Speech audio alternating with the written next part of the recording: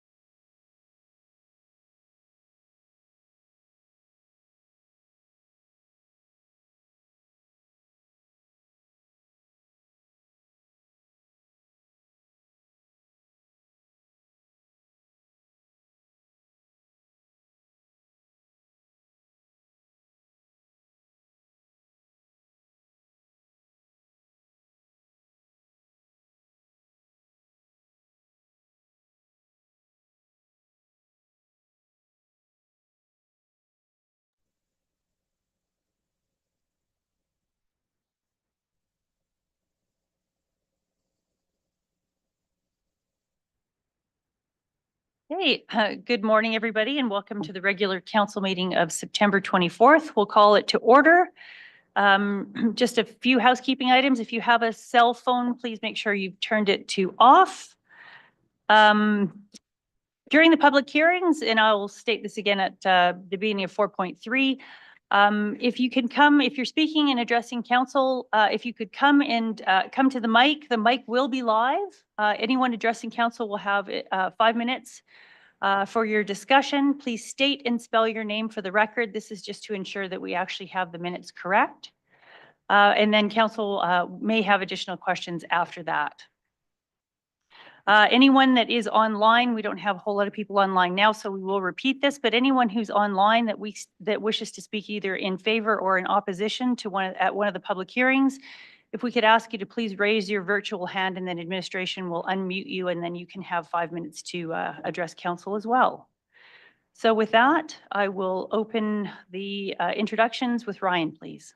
Good morning, Ryan Morrison, Director, Operational Services. Good morning, I'm Christopher Ashton. I'm Director of Legislative, Community and Agricultural Services. Good morning, Margareta Bloom, Director for Planning and Development Services. Jeff Holmes, Chief Administrative Officer. Morning, Greg Harris, Division 2 Counselor.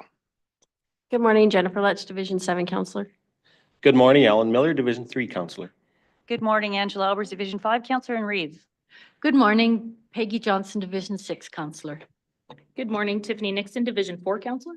Good morning, Dwayne Fulton, Division 1. Good morning, Laura Catmans, Executive Assistant.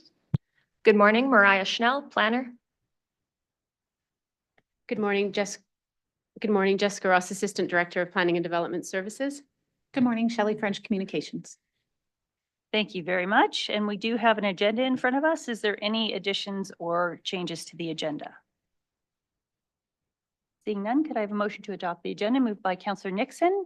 I'll call to question. All in favor? And that motion's carried. And we have regular council minutes of September 10th, 2025. Are there any errors or omissions in those council minutes? Councillor Johnson. Just a small omission on page 10, RC 25, 499. If you could please add my name as the person that made the motion.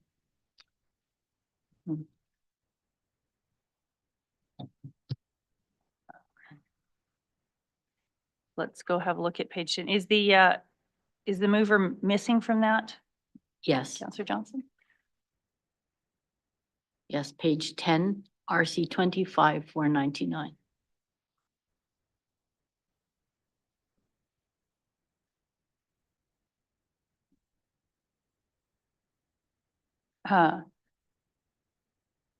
So I'm just going to ask then if administration can go back and just listen to the record.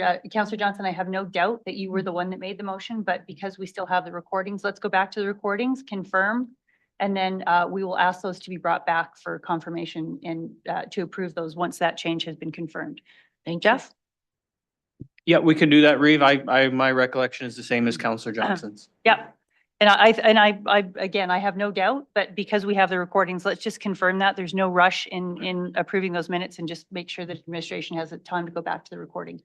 Yeah. Thank you. Okay. So we will bring those minutes back Later today, if later that's today. acceptable. Yes. Yep. Yeah. Do we need to defer that, Jeff, or can we just Yeah, we can defer it now and then we'll come back to it later in the agenda. okay? So it's the motion to defer. So I have a motion to defer that until after lunch. I would move that we defer on this agenda item until after lunch. Thank you. Is there any discussion on that? Okay, I'll call the question. All in favor? And that motion's carried.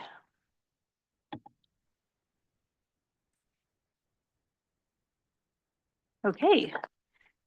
So we will move right into our public hearing. So we've got 4.1.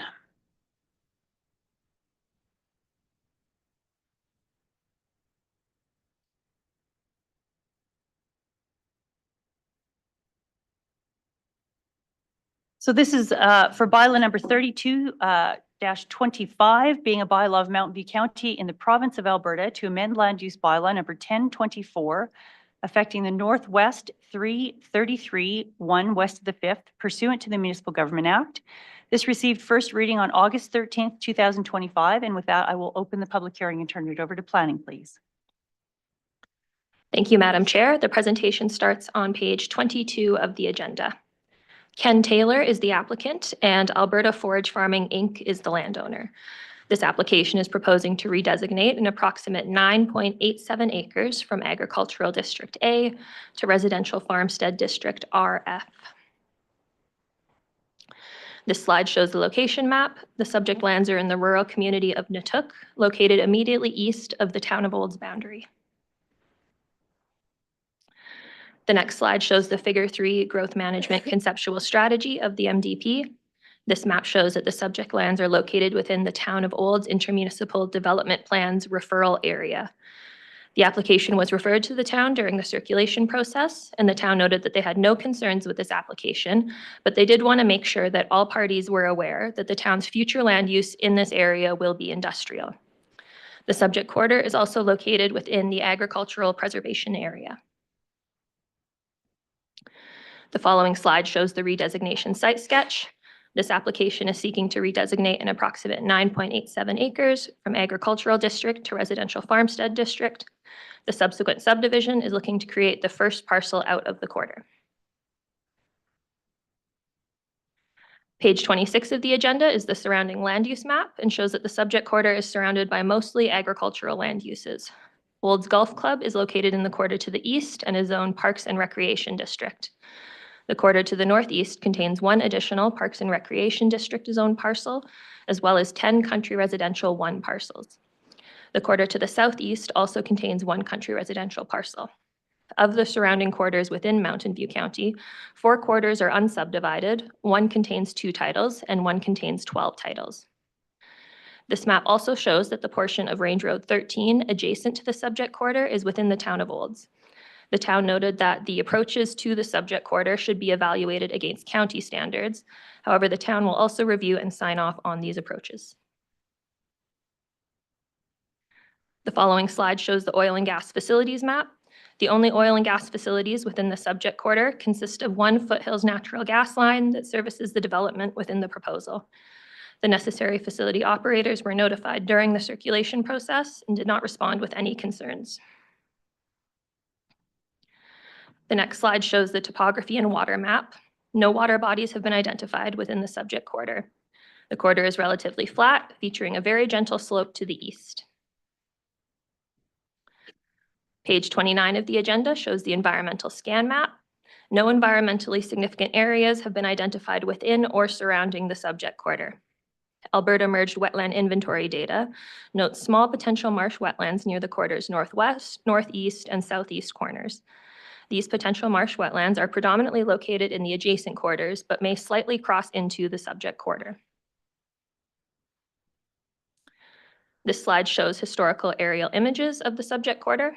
The buildings within the proposal are well established and have existed for well over 10 years. The next slide shows soil information for the subject quarter. Canada Land Inventory data notes that the quarter contains Class 1 soils. According to Agricid, most of the soils within the quarter feature moderate limitations due to temperature, though a small amount may feature very severe limitations due to drainage. The farmland field sheet notes that most of the quarter soils have a farmland assessment rating between 82.1 and 94.8%. However, a small portion of soils in the quarter's southeast corner have a farmland assessment rating of 5.5%. The following slide is the site dimension map showing the proposed residential farmstead parcel. You can see the proposal is surrounded by a mature shelter belt and that the proposal's boundaries are configured around this shelter belt. Page 33 of the agenda shows views of the proposal's approximate boundaries. Photo A shows the south boundary, Photo B shows the east boundary, and Photo C shows the north boundary. Photos B and C also show how the boundaries are configured around an existing fence line surrounding the shelter belt. The following slide shows more images of the proposal. Photo A shows a dirt riding ring. Photo B shows a panoramic view of the pasture and livestock pens within the proposal. The next slide shows additional photos of the proposal. Photo A looks toward a portion of the front yard. Photo B looks southwest from near the barn. And Photo C looks south towards the garage and some livestock pens. This slide shows the development within the proposal. This development consists of a dwelling, a barn, a shop, a garage, a couple of sheds, a livestock shelter, a grain bin, one RV, and one sea can. The following slide shows views of the agricultural remainder, which is used to grow forage crops. Page 38 of the agenda shows views of the 2 existing accesses into the proposal off Range Road 13. Sightlines do not appear to be a concern. As mentioned earlier, this portion of Range Road 13 was previously annexed by the town of Olds, but the town noted that these approaches should be evaluated against county standards. There's currently no established approach into the proposed remainder. However, it appears that the land has been accessed via the quarter's northwest corner. Should this application be approved for both redesignation and subdivision, both the proposal and the proposed remainder will need to have an access that meets county standards in alignment with standard condition 2. This page discusses some of the relevant policies from the municipal development plan and the intermunicipal development plan with the town of Olds. MDP policies 3.3.10 through 3.3.12 discuss farmstead separations. The quarter is currently unsubdivided, and the farmstead has been in existence for well over 10 years in alignment with policy 3.3.10. Policy 3.3.11 notes that the maximum parcel size for farmstead removals should be 9 acres. However, it also notes that larger lot sizes may be permitted when required for shelter belts. Though this application is proposing a slightly larger 9.87 acre parcel size, the proposal's boundaries are configured around the shelter belt, and the proposal is able to comply with this policy. Policy 3.3.12 lists additional criteria for farmstead removals, which the proposal is able to comply with. The proposal satisfies the definition of a farmstead, and this application is proposing the first parcel out of the quarter. The proposal is compact around the original farmstead as defined by its shelter belt and has access to a county road. The balance of the quarter will remain in agricultural production. Section I of the intermunicipal development plan discusses the relevant policies for the IDP's referral area. This section notes that land within the referral area is not intended to accommodate town growth within the next several decades. It notes that planning matters shall be referred to the town and that the use and development of the land within the referral area will be based on county policies. The town of Olds was contacted during the referral process and had no concerns with this application.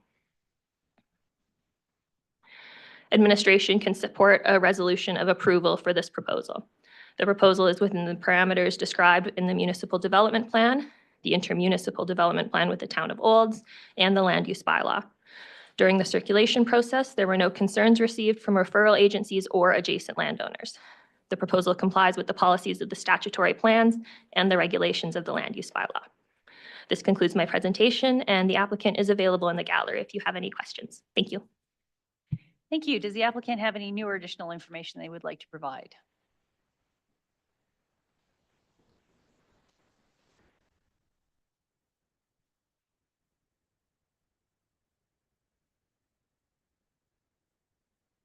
Ken Taylor, representing Alberta Forage Farming. And I believe this one is very straightforward. I did an excellent job of reviewing it. The only comment that I will have, and the only reason I was here, was to indicate that the parcel size is slightly larger than the 9 acres, but it's taking in only the land that is inside the shelter belt and the buildings, and has been in existence there for a great number of years.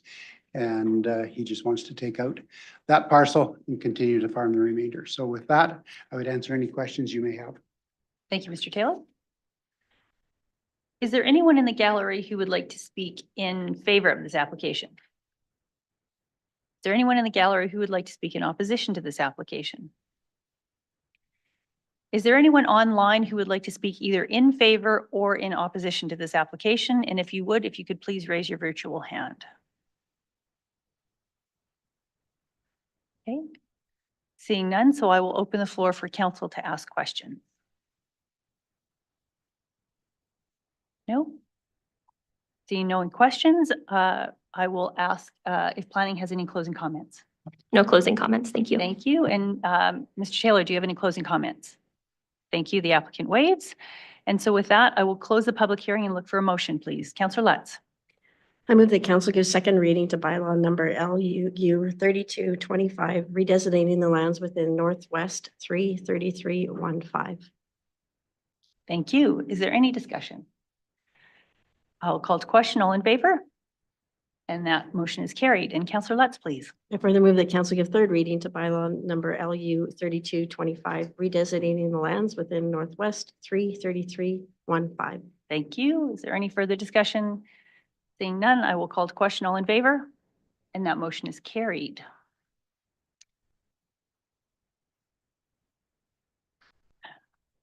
Okay, so we will move on to agenda item 4.2.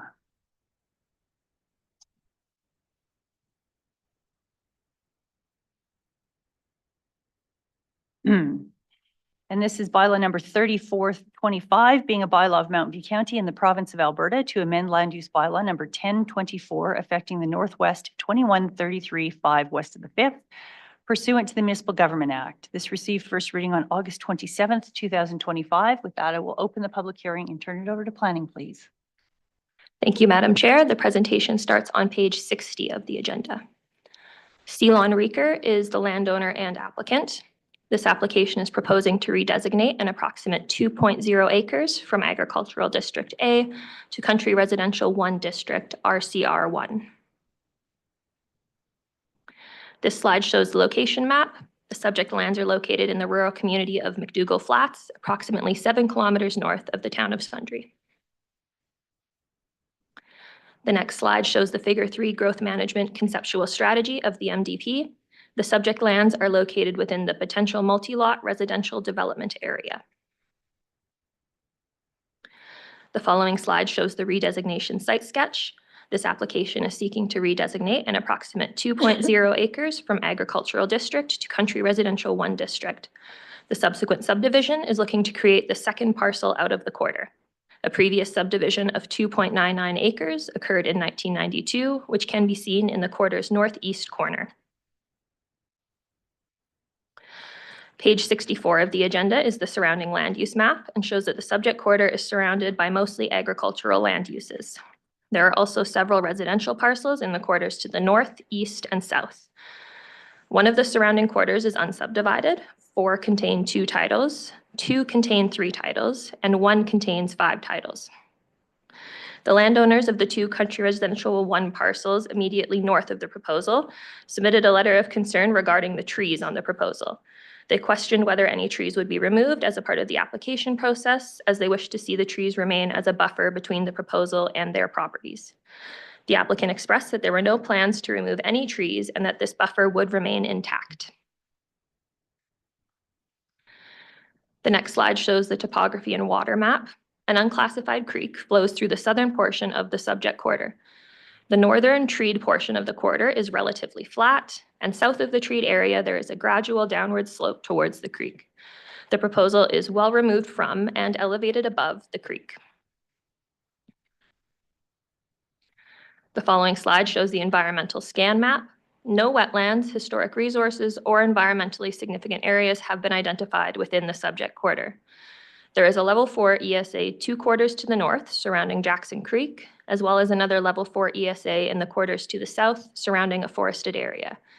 These ESAs are well removed from the proposal. This slide shows the oil and gas facilities map. The only oil and gas facilities within the subject quarter are Foothills natural gas lines that service the development in the area. The necessary facility operators were contacted during the referral process and did not respond with any conditions or concerns.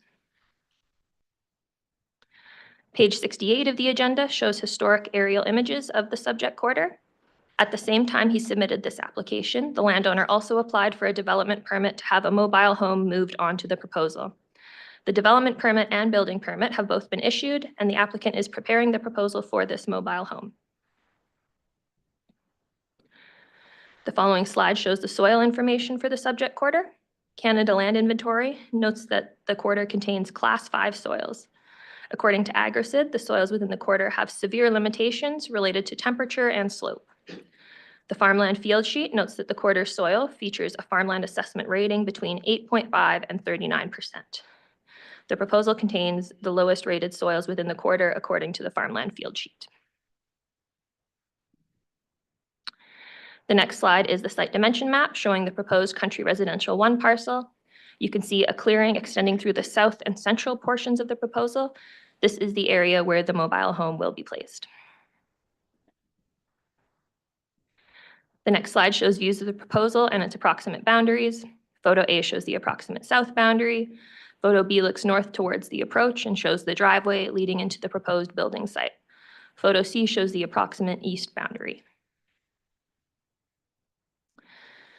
Page 72 of the agenda shows some views of the proposal's interior.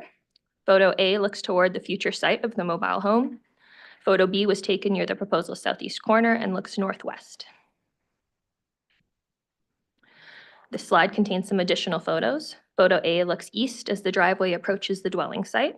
Photo B is a panoramic view facing north and northeast from just south of the dwelling site. The following slide shows images of the development within the proposed remainder. This includes a dwelling, 2 shops, 3 RVs, a small greenhouse, a few sheds, a few grain bins, and a few farm buildings. The proposal is currently bare land and contains no development.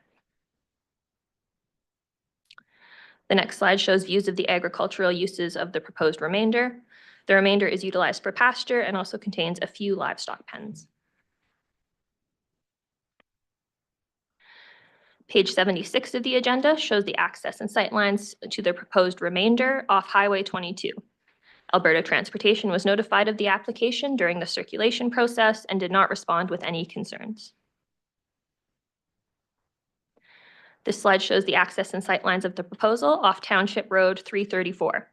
If this application is approved for redesignation and subdivision, one condition of subdivision will be that the approach meets county standards. It is noted that Township Road 334 is developed to a hard surface standard, so the approach will also need to be upgraded to a hard surface standard. The following slide discusses some of the relevant policies from the Municipal Development Plan. According to Figure 3, Growth Management Conceptual Strategy of the MDP, the subject quarter is located within the potential multi-lot residential development area. Since this application is proposing the second parcel out of the quarter as a residential parcel, it was evaluated against the policies of Section 4 of the MDP. Policy 4.3.3 discusses the criteria for low-density residential subdivision, which the proposal is able to comply with. The applicant is proposing a third title within the potential multi-lot residential development area, which can accommodate up to 4 titles per quarter section. The proposal would comply with both the dwelling density requirements as well as the maximum number of acres that can be removed from a quarter for residential use. The proposal is 2 acres in size, which aligns with the recommended 2 to 3 acre parcel size for residential parcels. The applicant has owned the land for over a decade, which is well over the recommended 5-year minimum. The applicant noted that the proposal is treed and contains clay soils, making it not great for use as pasture. This aligns with the available soil data, which notes that the proposal contains the lowest quality soils within the quarter. The proposal is located on the periphery of the quarter with direct access to a county road. Since he was proposing a residential parcel beyond the first parcel out, the applicant completed pre-application community consultation. He visited neighbors between June 4th and 7th, 2025, and submitted signatures from the adjacent landowners that he was able to connect with. No concerns were noted during this pre-application consultation. Since this application is proposing the third title for the quarter, it is subject to municipal reserves. Administration recommends cash in lieu, which would be the value of 10% of the land being subdivided. Administration can support a resolution of approval for this proposal. The proposal is within the parameters described in the Municipal Development Plan and the Land Use Bylaw. During the circulation process, there were no concerns received from referral agencies, and the adjacent landowner concern regarding the trees was addressed by the applicant. The proposal complies with the policies of the statutory plan and the regulations of the Land Use Bylaw. This concludes my presentation, and the applicant is available in the gallery if you have any questions. Thank you. Thank you. Does the applicant have any new or additional information they'd like to provide?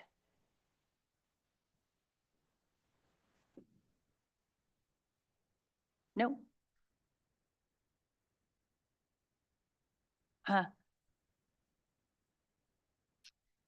Would the applicant like to provide any additional information?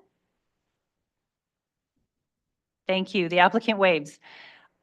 Is there anyone in the gallery who would like to speak in favor of this application?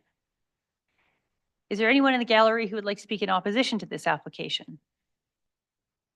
Is there anyone online who would like to speak either in favor or in opposition to this application? And if so, could you please raise your virtual hand? Seeing none, I will open the floor for council to ask questions. No, seeing no questions. Councillor Johnson. No, okay, sorry. I'll ask if planning has any closing comments. No closing comments. Thank you. Thank you. And does the applicant have any closing comments? Any closing comments, sir? Thank you very much. All right, the applicant waves. So with that, I will close the public hearing and look for a motion, please. Councillor Johnson. I would move that council give second reading to bylaw number LU 34/25, redesignating the lands within the Northwest 21-33-5 west of the 5th. Thank you. Any further discussion? Seeing none, I will call to question. All in favor? And that is carried. Councillor Johnson. Thank you. That council give third reading to bylaw number LU 34/25, redesignating the lands within the Northwest 21-33-5 west of the 5th. Thank you. Any discussion? Seeing none, I'll call to question. All in favor? And that is carried.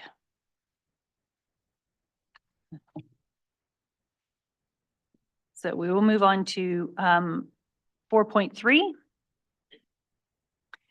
So this is bylaw number 3625, being a bylaw of Mountain View County in the province of Alberta to amend land use bylaw number 1024, affecting that portion on the northeast 1133-5 west of the 5th, which lies east of a straight line drawn from a point on the north boundary of said quarter section, 1900 feet westerly, thereon from the northeast corner thereof to a point on the south boundary of said quarter, section 1300 feet westerly thereon from the southeast corner thereof pursuant to the Municipal Government Act.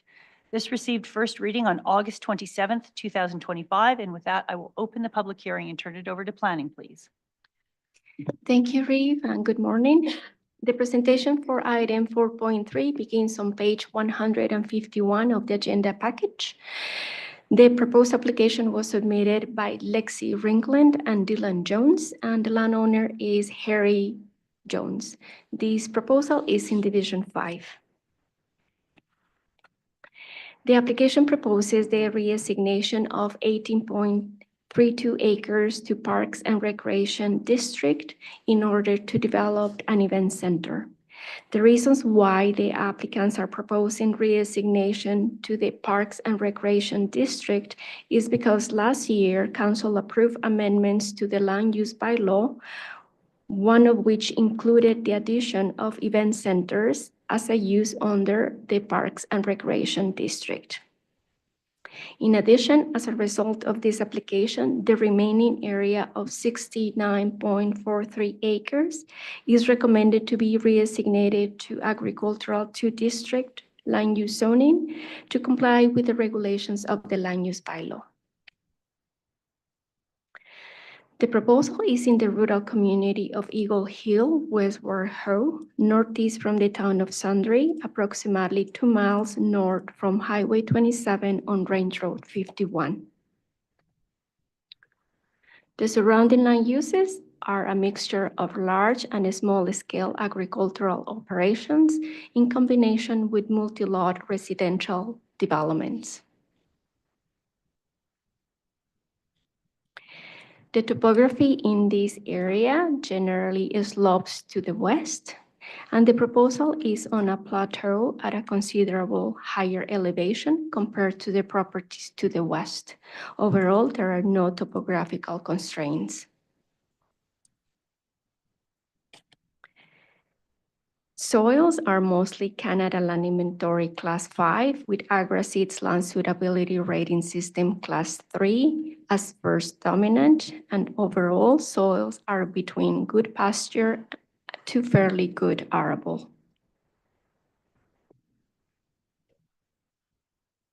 The Red Deer River is approximately 1 mile west from this proposal. No water bodies and no environmental significant areas were identified on this property. Within this quarter section, the area to the west is Crown land. File records indicate this Crown line aligns with the secondary bank of the Red Deer River. While there are no historical flood records on this property, the 2024 Provincial Flood Hazard Map identified portions of the Crown land susceptible to a 1 in 500 years flood event. On this property, there are 2 operating natural gas pipelines. In relation to this proposal, the applicant contacted Whitecap Resources to confirm the use of an undeveloped road allowance for emergency access. Whitecap Resources confirmed that the suspended well and its access road to the property are classified as a level 1 sour well, and in accordance with the Alberta Energy Resources Regulator, a 100-meter setback from the well is required. Whitecap Resources confirmed that using the lease road as an emergency access will pose minimal risk and will require a road use agreement with the applicants. As required in the land use bylaw, the applicant submitted a concept plan, which is included in the agenda package as a separate attachment. In summary, the proposed facility will provide different event venues, including wedding celebrations, family reunions, and other functions. The proposed facility consists of a A-frame house, an attached shop, which will require to change the use from personal to commercial use, and will also consist of a parking area. The facility will be designed to accommodate up to 200 people. It will provide for accommodations that include the use of the existing residence and an area to the west side for dry camping for up to 25 to 45 sites. The applicants envision operating this facility Sunday to Thursday from 9 a.m. to 5 p.m. and Friday to Saturday from 9 a.m. to midnight. Access to this facility will be directly off Range Road 51. An internal road system will be developed connecting the entrance, the parking area, and the unserviced campsite. An emergency access is proposed north from the North Field to the dead-ended Township Road 332. Based on the estimated water usage required for this proposed facility, the applicants are proposing to either obtain a commercial well license through the province with filtration system for potable water, or the installation of a cistern which will require trucking potable water. Should council approve this redesignation proposal, at the development permit stage, a servicing strategy and a fire protection plan is required to be submitted to meet county standards. This proposal was circulated from April 23 to May 23 of this year to referral agencies and 119 adjacent landowners. During this process, we received 12 letters of objection. The objection letters raised concerns with regards to the proposal's impact on traffic, noise, property values, fires, and the loss of farmland. This table summarizes the applicant's response to the concerns raised by the adjacent landowners. With respect to noise, events will have a clear operational hours and that the event center building will be designed to contain sound indoors. With respect to forest fires and smoke, there is only one designated fire pit, which has been constructed with non-flammable materials. In addition, an emergency response and fire safety plan will be submitted at the development permit stage. With respect to traffic and dust on the driveway, the events will involve one-day increase in traffic only instead of sustained daily use traffic. And the driveway is currently gravelled and regularly maintained. With respect to on-site security, a minimum of 1 security personnel will be present for every event to ensure guidelines are followed.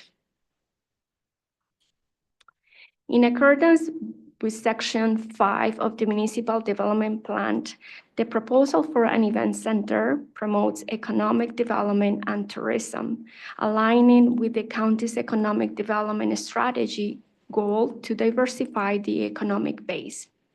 As required by policy, the applicant conducted community consultation and included the information in the concept plan. The concept plan, in compliance with the land use bylaw, includes details on services, mitigation measures, and a servicing strategy required for this proposal. The proposal's configuration is centered on this property with sufficient buffer from adjacent landowners. As confirmed by the applicants, it is situated approximately 250 meters from the southern property line and 515 meters from the northern property line. A fence currently separates the property from the adjacent crown land to the west. These are sidelines looking north and south of Range Road 51 and the current access approach. Here is a view of the facility itself, consisting of the house, which will provide accommodations and services of up to 8 people. And attached to the left is the shop, which will require to change to commercial use to support the event center use, and the communal fire pit, which was built with non-flammable materials. A few meters south from the residence is the area proposed for parking.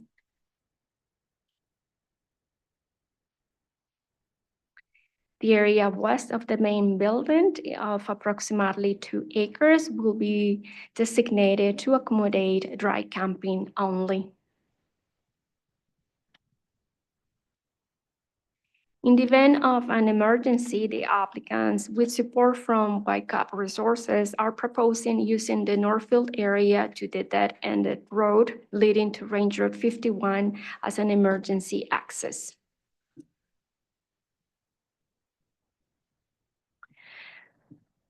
These are sidelines looking at Range Road 34 at the intersection with Range Road 51. Operationals have no concerns with the applicants using this undeveloped road allowance for emergency purposes. Planning and Development is in support of this reassignation application for the development of an event center, as the proposal is supported by the policies of the Municipal Development Plan and the regulations of the Land Use Bylaw. Should Council approve this proposal, the project will proceed to obtain the necessary development permit and provincial approvals. This concludes my presentation. The applicants and the landowner are in the gallery if Council has any questions. Thank you. Thank you. Margaret, I think you have some additional information, please. Yes, so distributed to council today is 4 additional letters that was received after the agenda was finalized, and they were distributed to each councillor. Thank you.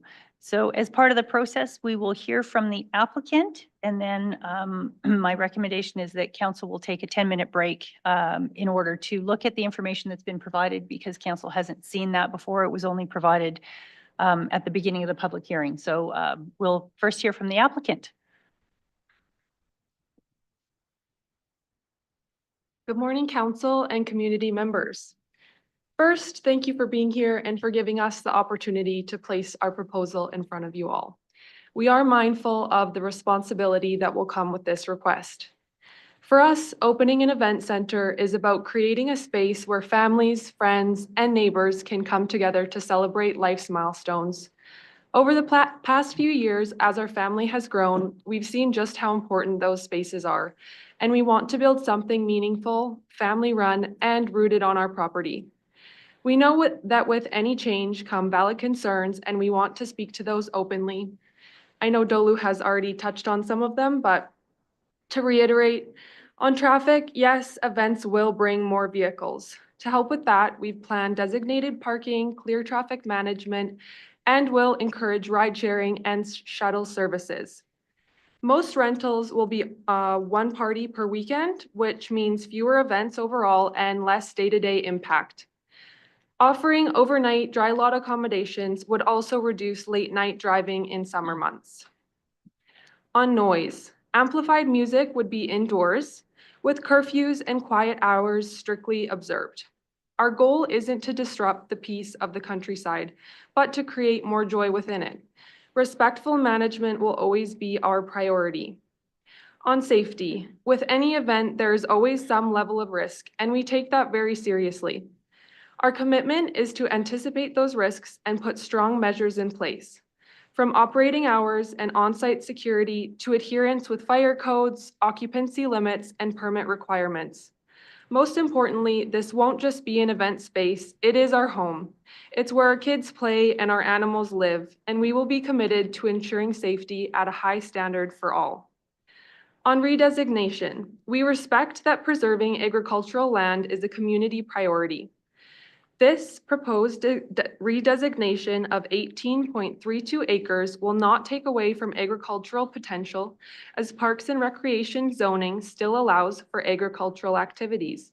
It will rather allow the opportunity for a multi-use approach. At the end of the day, we're just neighbors hoping to share our home in a way that brings people together. Our vision is rooted in respect for the land, for our community, and for the people who live beside us.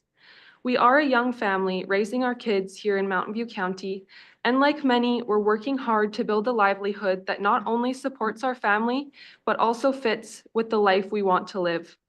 This proposal is a part of that dream, something we can pour ourselves into while staying rooted in the place we love and call home. Thank you for considering our application and for listening not just to our plan, but to the heart behind it. Thank you very much. So with that, I think we will take a break. We're going to look at that clock, so we'll take a break until 10 to 10, just to give council enough opportunity to read through the additional information that we've been provided. I might have Councillor missed something, but did you introduce yourself just to make sure I've got the right name? I'm Lexi Ringland. Thank you. Okay, so we'll take a break until 10 to 10.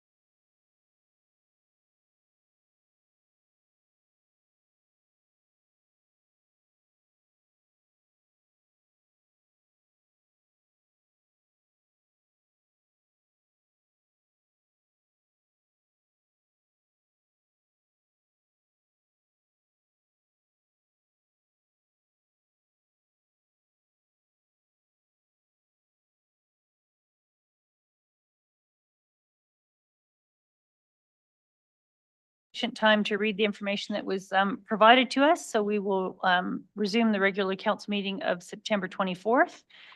And now we will hear from the public, and we had a sign-up sheet. So we actually have two people who've signed up. So we'll start with the sign-up sheet, and then we'll move to the gallery, and then we'll move to online.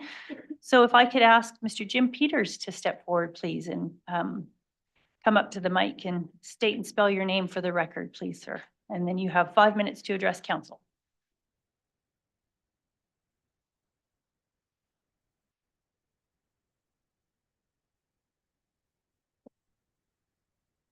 Thanks for hearing me out here. My name is Jim Peters. I'm on the northwest of 123355, across the road from this proposed development.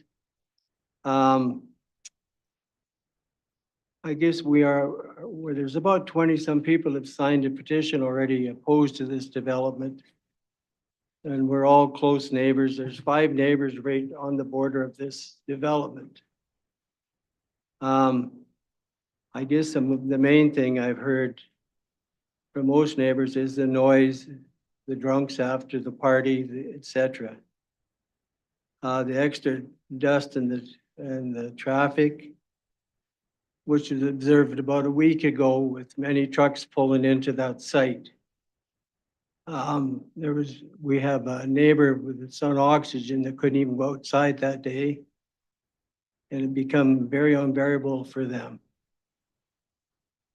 I guess when they say respect with all this, with the dust and the noise, it was not observed at all. I guess our land around there will be devalued greatly. I've heard that from some of the councillors in the past. The smoke from the fire pit. I thought that there's supposed to be probably 25 to 40 sites. I've heard more. I've also heard through the neighbors and relatives that this site is basically a site designated for a few years and then for resale. Whether there's any truth in that or not, I don't know. But that's just another thought. Like I say, there are about 20 plus signatures and people can't be here today because of work commitments. So I was kind of designated to talk. I really would like council or the people that are making the decisions to actually stand in the road in front of my place or even across the road, our 2 neighbors, and say, we can throw a rock and hit your house. It's that close. And it has a large bearing on development in the future. Outside of that, I guess that's about all I have to say. It's very concerning to the residences that are there's 5 residences that are right close. And I thank you for your time and listen to this. I'm just sorry more people couldn't be here today because of work commitments. Thank you for your time. Thank you, Mr. Peters. We may have some questions for you later, but we'll ask you to come forward if that happens. Thank you. I would just encourage each councillor to stand in front of our property and take a look and see what's happening right now. And this is a site that was developed not just this past year, but it's been over a couple of years. Thank you for your time. Thank you. And the next person on the sign-in list was Shane Peters.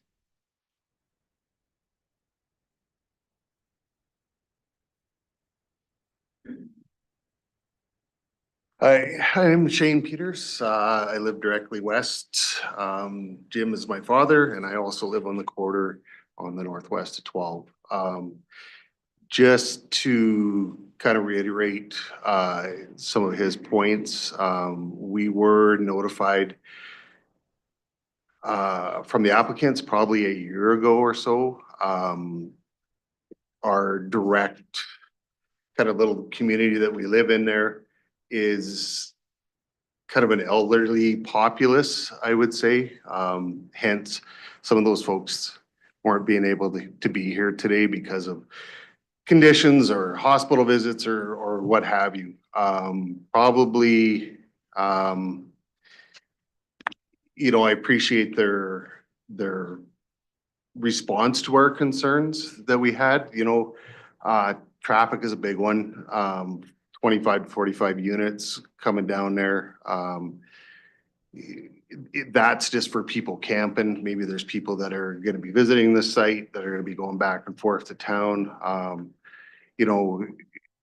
We have a lot of traffic down that road as it is. It is a rural community. We ride our horses constantly down there. We have cattle there. Yeah, the traffic is a big concern. The adjacent landowner coming off that driveway directly north, they are elderly. The lady is on oxygen. Yeah. Like my dad said, if you are visiting the area, you can visibly see that, the road going through there, it has to pass right, it does pass right past their house there. So, traffic is a big one. Sound, I hear, there's gonna be timelines on sound and kind of shut it down at 10 o'clock. It's an event center. There's weddings. What happens when there's weddings? People drink. You can't contain sound. You can hear any noise coming from their property, whether it's dogs or equipment or people outside. Like, you stand outside of my parents' property and you can hear it. It's not like they're overly loud as it is right now, but you have an event center and it definitely affects us. There is a green, treed barrier in between, but it does very little. We've had multiple parties over the hill. 3/4 of a mile from us, we're directly west of where this place continuously holds parties. You can hear it inside the house. You can hear the music, and it's 3/4 of a mile away over the hill with a treed barrier. So sound is a big concern. What else did I have? Yeah, fire. It is going to be contained, but it is also a possibility. I mean, you again have multiple people coming from outside of our community. Again, if they're drinking or whatever, it doesn't take much. Everybody knows how dry it is the last few years to spark that. We're directly west. So prevailing winds, that's going to come right through our place. That's also a concern. One of the other things I never thought about till I just was watching the slideshow was water, I guess, too. Potentially having excess water drawn for that purposes of that site. I'm concerned about my water well that's right there. We have multiple water wells on the adjacent properties as well. How is that going to affect our aquifer? I've even relayed or delayed putting trees in on my place just due to drawing off that aquifer. So that's also a concern for me. But yeah, I think for our community, it is an elderly, the adjacent landowners and residents are elderly. It proposes, it puts a lot of stress just talking with them. They're all stressed out about this. It's a big deal. So I appreciate their response to our concerns, but I don't think it's going to nullify or all of our concerns, I guess, is what I'm saying, aren't going to be met by what their proposed response was. So, but anyways, I'd like to thank everybody for their time and yeah, again, really think about pushing this forward. And I urge you to go and stand and look around it and see. So I know one of you has, but oh, my time's up anyways. But anyways, I appreciate your time. Thanks. Thank you, Mr. Peters. Is there anyone else in the gallery who would like to speak in favor of this application or in opposition? Yes, please come forward, sir. And again, if you could just state and spell your name for the record, that would be wonderful. And maybe if you could kind of tell us where you are on the map as well, that would be helpful. Okay. Thank you. Yes, my name is Peter Ritchie. My wife and I are currently building a property just 1.6 kilometers north of the proposed event center on the west side of the road. We are concerned and I was one of the folks that sent a letter in earlier. I also spoke with several neighbors in the area, so I can reiterate what was just stated, that there are some elderly people there that are very concerned with this. I'd just like to add my thoughts. As with others, my wife and I don't begrudge the applicants their dreams, but we do have some concerns. I do have one question for the applicant. When they sent out the initial letter that we received indicating the proposal, there was a photograph, Google Maps image, I believe, that showed relatively no development in terms of a large building. But when I received that letter and checked Google Earth myself, it did show a large building already built that wasn't in the photograph or the image that they sent out.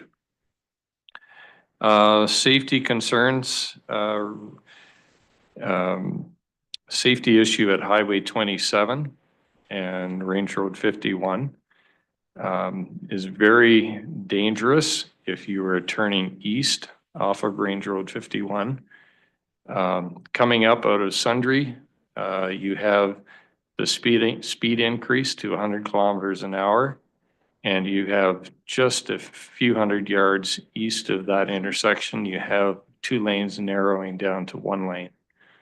And when I've been there turning east onto 27, you have to kind of grab your moment and jump on the gas pedal, because vehicles coming up, heading east up that hill, they're accelerating before the speed limit changes. So you'll pull out and there'll be vehicles coming up on your back bumper very quickly.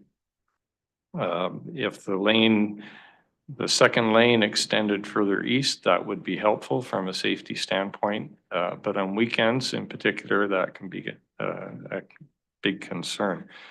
Quality of Range Road 51 just north of that intersection, there are virtually no shoulders. The road is already breaking down from the traffic that it's getting without an event center. Now, if the road is improved, that's going to increase everybody's taxes, I would expect. So great if the road gets improved, not great if our taxes go up. Safety issue for folks that are out walking. I often see people walking their dogs along 51. And that would be a concern with the road not having any shoulders. And the last thing I'll touch on, just to reiterate the sound issues that's already been mentioned. A couple of weeks ago, I was on our property and I could hear an ATV gunning its motor. And I wrote to our neighbor down below at the bottom of the hill and asked if she could see an ATV out in either of our fields to the north and the south of her residence. And she wrote back and said that no, she didn't see any ATVs out, but the sound was incredible. So that is a concern. Sound through that valley does reverberate. So the intention of the folks that are building or want to build this center is to contain the sound, but the reality with the way the valley channels sound, yeah, may or may not be as hopeful as they're thinking. Anyway, that's what I wanted to bring to your attention, and thank you very much for your time. Thank you, Mr. Ritchie. Is there anyone else in the gallery who would like to either speak in favor or in opposition to this application? Is there anyone online who would like to speak either in favor or in opposition to this application? And if I could please ask you to just raise your virtual hand. So I see we have Cindy. Sorry, Cindy, I don't see your last name there, so I will ask administration to unmute you, and you have 5 minutes to address council, please. If you could state and spell your name, Cindy, for the record, that would be wonderful. Thank you. My name is Cindy McKenzie, CINDY-MACKENZIE. I do live quite a few kilometers away from the proposed development, but I have a couple of questions just on what I'm hearing from today. I am wondering, I would like to sort of tag on to what the last gentleman was just speaking of with regards to noise in the valley. I live at the north end of Range Road 52 on Township Road 334. Once a year, there is a pig roast about 4 or 5 kilometers south of me on Range Road 52. They have live music. It's usually a great band, and I can sit on my deck 5 kilometers away and enjoy the music. So I can testify to how well sound does travel up and down this valley. And I don't know if that would be the case with this event center in the trees for me this far away. My bigger concern is around safety with regards to fire. With the dry conditions, we know fire can spread very quickly. And I understand the fire pit itself is communal and is properly built. But I would ask questions about, if there is additional ATV use on the property, if there are generators or RVs, is there the opportunity to spark a fire from those units, and what safety measures will be in place? When I saw the slides, it looked like the camping area is currently grass. Will that remain or will that be graveled? So I just have a few questions around that. I live too far away to have received a package, so I am only hearing about this sort of through the grapevine, and those would be the questions I have. I also wonder about the possibility of traffic deciding to come north on 51 and go around and down River Road, as it is easier to get on and off Highway 27 from that intersection. So those are just questions that I have. Not really, a strong opposition or in favor, I would say. I just have questions. Thank you. Thank you, Cindy. Is there anyone else online who would like to speak either in favor or in opposition to this application? Okay, so I'm not seeing anyone raising their virtual hands, and so I will open the floor to council for questions.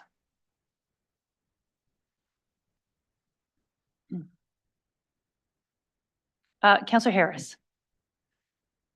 Question for the applicant. Could I please ask the applicant to come forward?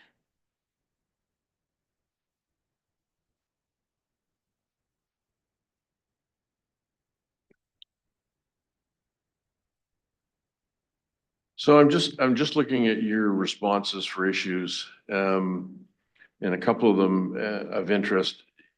Under traffic and dust on the driveway, events will involve 1 day increase in traffic.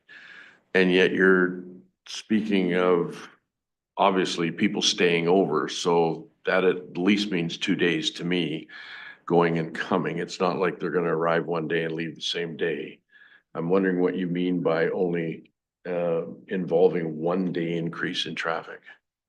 Yeah, so our hope is to primarily offer wedding rentals. So with a wedding, generally the event being, only a few hours long, that would mean that comer and goers would be traveling mostly on that 1 day, which is what I was referring to. And then as far as the opportunity for the dry lot accommodation area for units, that would be haul in 1 day and, proceed out 1 day as well. So with it being our hope to have it a weekend rentals, that would minimize, multiple parties having to come and go and, set up and take down. So that was.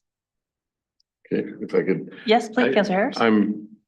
I have an event center in my area, so I'm familiar with the traffic patterns and familiar with the amount of traffic, because people want to come and plan, see the venue, decorate the day before, take it down the day after. I'm just characterizing it as a 1 day increase in traffic seems unrealistic to me. I do know that as far as I'm aware, I don't know any other venues that would primarily want to be doing full weekend rentals. It's generally, 12-hour type timeframes. If you're lucky, you pay for 2 days. So I believe that with a lot of venues in the area, there is a lot of activity for that reason. You have to be in, let's say 9 a.m., set up, do everything before the wedding and take down that night as well and get out of there. So we are hoping to not run it that way. Okay, thank you. I have another question, but I'll yield if somebody else has. So if we could maybe just, for just efficiency, if we can focus on questions for the applicant now, while we have Lexi up here, or is your next question for the applicant? Yes, please carry on, Mr. Harrison. Just in regards to noise, from reading, I understand this is a converted building. It was a shop at one time. Yeah, it is. Can you tell me what kind of noise attenuation work has been done in the building to contain the noise? Yeah, so we did do spray foam insulation and it is tinned interior, exterior with stonework on the exterior as well. As far as future development, we would be looking at potentially installing noise. What's the word I'm looking for? Yes, absorbers in the roof. I don't know the proper word, but that is something that we would definitely be considering. Yeah, but as far as like tests, we haven't done anything so far. Okay, thank you. Thank you. Still have one. Okay, I'm going to go to, Councillor Miller, do you have a question for the applicant? I do. Yes, I'll go to Councillor Miller and then I'll come back to you, Councillor Harris. So you mentioned that there, in your application, up to 45 sites of dry camping you might be looking at. So are any of those coming from an internal road network where the sites are going to be leveled and gravelled at all? Or is this just out on a grass pasture? Correct, yeah. It's just basically an open field with no intention of graveling. It would just be to maintain mowing, so, yeah. Okay, may I ask another Yes, question? please, carry on. So regarding dust control, have you thought about dust control all the way up from 27 heading north, right to your facility? Or just in front of the residents? What's your plans there? Yeah, so Range Road 5-1 is chip sealed. Currently, our driveway is gravelled, but if this does go through down the road, we could for sure see paving the driveway on our property. Okay, thank you. Thank you. Councillor Johnson, is this for the applicant? Yes, thank you. Okay, thank you. Can you tell us what kind of fence is between you and the Crown land? Barbed wire. So just a 3-wire fence? Yeah, I believe it's 4. Okay. And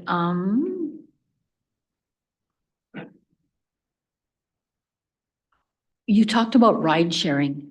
Where would the people be congregating to do ride sharing to your event? Just generally assuming, I suppose, families or families alike would travel together to an event. And I'm thinking about your recommended place of to dump the sewage. Can you describe kind of the route that people would need to take in order to get their RVs from your site to where the sewage will be dumped? Yeah, so I know in Sundre, we have utilized the Out West Car Wash for dumping. And so that would just be heading back to Highway 27 south on Range Road 5-1 and then proceeding through town to get to the car wash. So do they have to drive all the way through town headed west in order to dump their sewage? Even though the majority of the traffic will probably be coming through the east, is that correct? I can't per se where traffic will be coming from. That was just one recommendation, but if there's another better area closer by that would prevent having to travel through town, then we would definitely recommend that dumping station. I just haven't thoroughly looked into where the best location would be. Thank you. And I'll go back to Councillor Harris. It was asked and answered. Thank you. Okay, thank you. Are there any other questions for the applicant? So maybe I'll just ask you, could you walk us through your public consultation process? Yeah, we never did visit in person, but we just mailed out the original proposal. Okay, so just the 5.4 under the municipal development plan, it says that prior to filling out an application For recreation users, proponents shall engage in significant community consultation to identify and address any issues that may require resolution through the public review process. So did you have an opportunity to engage with the public on some of the issues that were brought forward from the letters that you sent out? Yeah, just what was mailed back for response to all the referrals that came in. Okay, thank you. Councillor Johnson. Just an additional question, if I might. On page 95 of our agenda, it says that that the owner's intent is to be absent during functions and that renters would have exclusive use of your property. So I'm trying to think about who's going to keep the party in check. I just wondered if you could comment on your intent to not be there. Yeah, our intent isn't to be off of the property. It's just vacating the home so that the renters can have full access to the house and the shop since they're attached. So our plan is to remain on property, use it kind of as an opportunity to camp with the kids just in the attached farmyard that is on the property. Okay. So maybe I'll just I'm just going to elaborate a little bit more or ask you a few more questions on the public consultation process. After seeing some of the responses and some of the things that you've heard in the public hearing here now, do you think that given the opportunity to work with the public and the surrounding residences a little bit more, you could come to some sort of solutions to some of the questions and concerns that have been raised? I do appreciate the concerns that people have brought forward, and a lot of which I will say are out of our hands to a certain degree in regards to traffic on the roads and noise with, weddings being hosted. Yes, there's going to be noise. So we do acknowledge those two facts. We do plan on doing everything we can to mitigate them the best as possible so that, the neighbors can be comfortable. And I guess while I'm speaking, just touching on a few other points that the gentleman brought up behind me, selling the property. We do not have any plans of ever selling the property, so that is invalid. And the Google image that I used in the application, by no means was I intending to, mislead or not do information. It's simply just the image that I was able to find from my phone. So I don't know if maybe I used a different map than what the fellow was mentioning he had found. We did build in 2023. So that is when the building was put together. And then as far as fire safety goes, I'm very confident about the communal fire pit that we have created and that it is a very safe fire area, and we will implement, fire safety. As far as sparks from Jenny's, and if it's going to be gravelled or not, I suppose I did touch on that a little bit about the dry lot accommodation area, but it will be just mowed grass. So I suppose to a certain degree there is risk there, but like I said, we plan on doing what we can to mitigate any risk, but that is a valid concern brought up. I never thought about generators. ATV use on property, no, we do not plan on allowing renters to bring any sorts of ATVs. And then travel routes on River Road. We do not recommend traveling down that road. In fact, I'm sure most people would prefer traveling on chip sealed roads as is. So the recommendation would be to use Range Road 5.1 off of Highway 27. Okay. Is there any additional questions for the applicant? Councillor Johnson. Your plan was absent on dog control. Certainly the majority of our complaints, lots of them are around dogs. What would be your plan for people that are going to use your dry lot camping and bring multiple pets with them? The policy would be for on-leash dogs, yes, so no off-leash. And who would enforce that? We would. Is there any additional questions from the applicant? Yeah.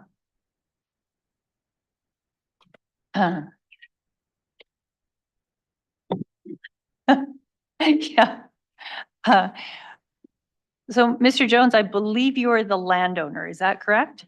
So would you like to, is there something that you would like to add in, as information, to any of the questions that council has asked? Yes, you're wondering about talking to the public and everything.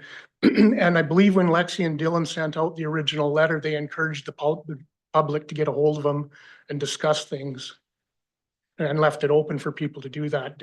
Is that not right? Yeah, and nobody has got a hold of them or tried to talk to them or anything. Okay. Just so you guys are aware, we did try and encourage some input. Okay, thank you. Are there any other questions for the applicant? No, then I'll open the floor to questions for council for anyone. So I'll just ask you guys if you could go back to the gallery, and then if we need to call anyone else up. Thank you very much. So is there any other questions from council? Councillor Johnson. Can we please look at the definition for an event center?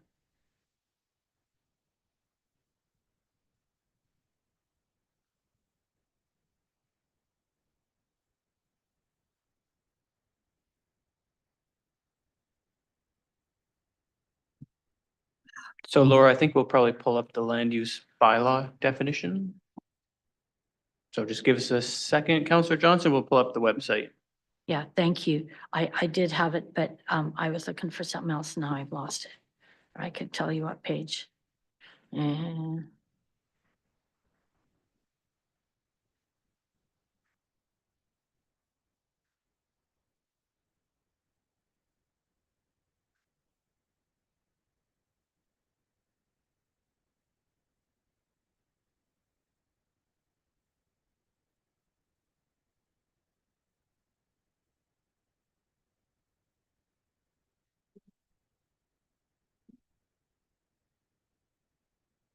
so the part of the definition I'm concerned to is the last statement. It says events may include, but not be limited to gatherings, weddings, celebrations, or similar type of activities. So based on that definition, is there, does Mountain View County have any way to limit the events that are held there? Margaretta, please. So if council approves the zoning today, the portion will have the Parks and Rec district. There will be an opportunity for the applicant then to apply for any of the uses within that district. Being an event center is one of those uses as a discretionary use. So it will depend then when a development permit is presented on what are the details of the event center that they propose to run. But as you mentioned, the definition is broad and can include more types of events other than just weddings, but it will depend on what the applicant submit. With their business plan, they have included information on the type of events that they intend to include. Thank you. Councillor Lutz. Just on the fire protection plan, was there any initial calculations on what the maximum occupancy would be with the current building? So through the chair, if I may, the development permit and then subsequent building permit, the building permit will deal with the occupancy for fire. It has to, it's part of the building code. So at that point, fire protection plan would be part of the conditions of the development permit. And then the actual occupancy will be handled through the building permit component. But we don't have any idea what. Not at this stage. Okay, thank you. Councillor Johnson. Question for Jeff. So what hours do our peace officers work? I mean, the suggestion, if this is redesignated, is that the parties will shut down at midnight. But when do our peace officers generally work? What days and what hours? We have a rotating schedule to ensure we have a wide variety of coverage, but typically they don't work late into the evening or deal with disturbances of the peace. Those are typically referred to the RCMP. Thank you. Councillor Miller. So question for planning, at what point on Highway 27, when we see a lot of traffic come in there, I know like Natook and other things, there's a certain count where an upgrade would have to be done to the lane coming in? Do we know when that would be?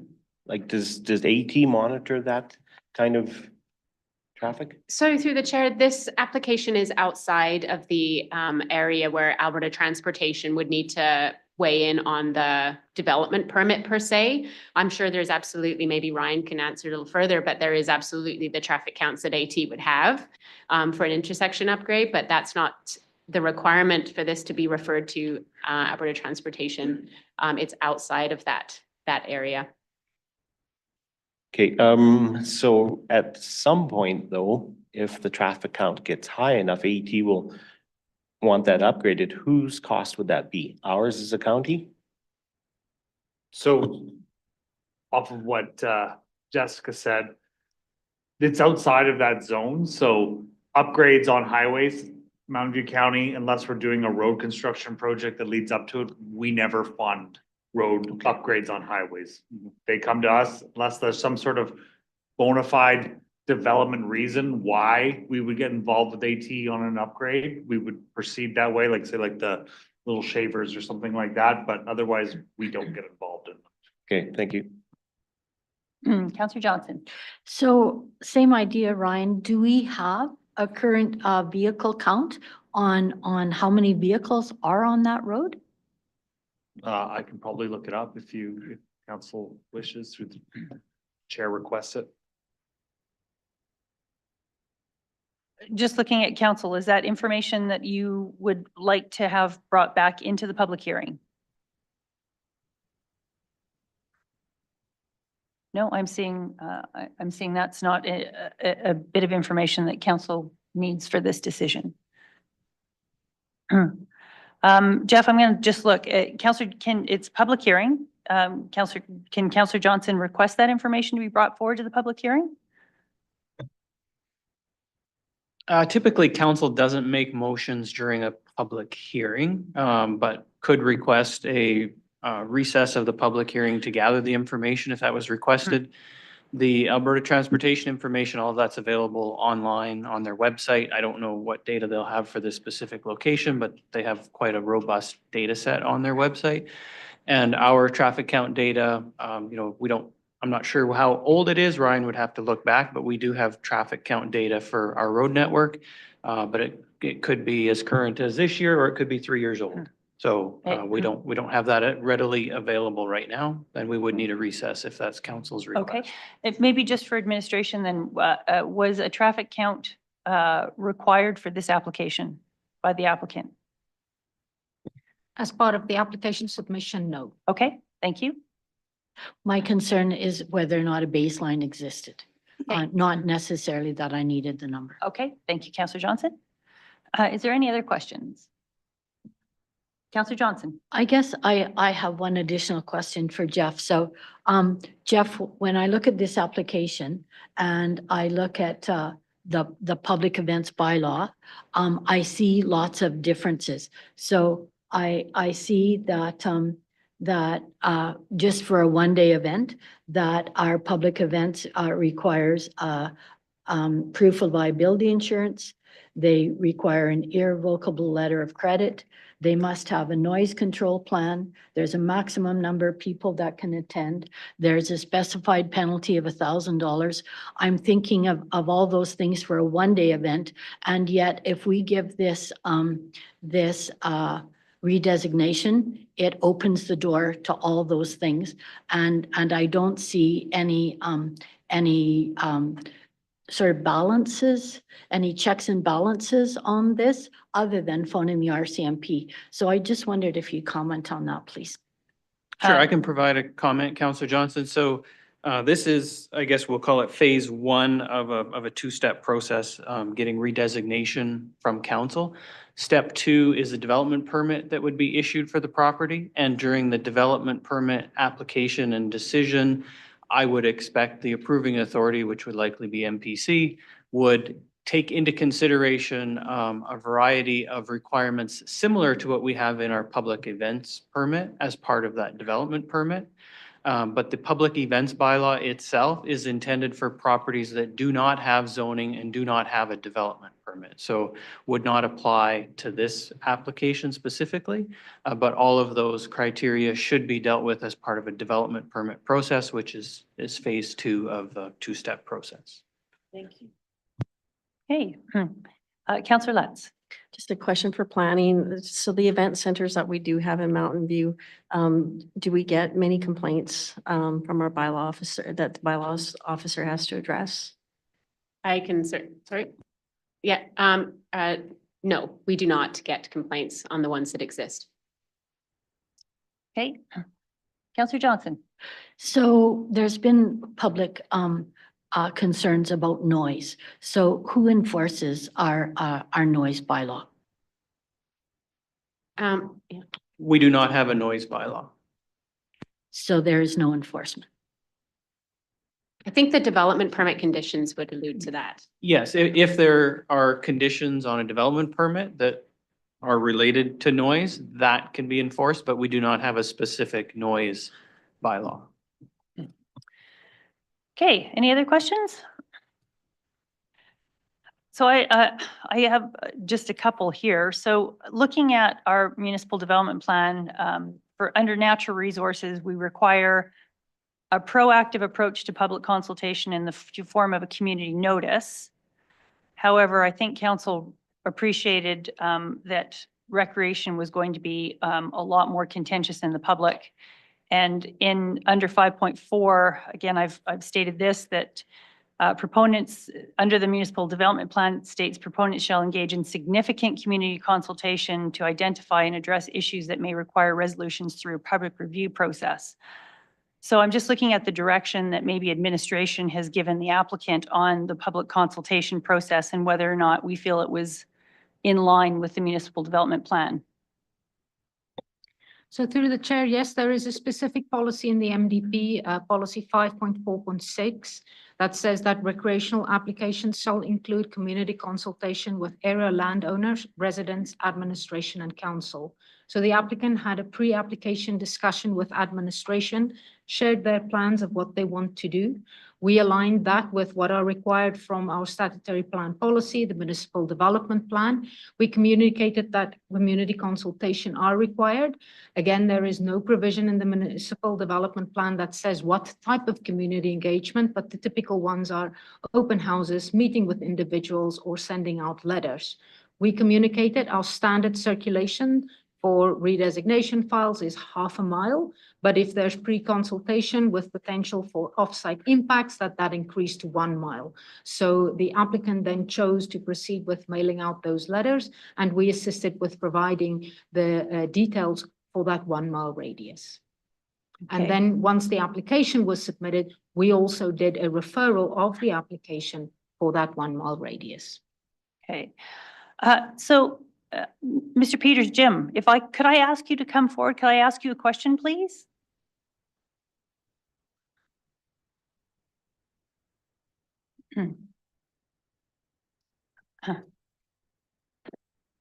Thank you, Jim. And I'm not picking on you, but you had mentioned that you were representing, I believe, something in the order of 20 residences in the area. Is that correct?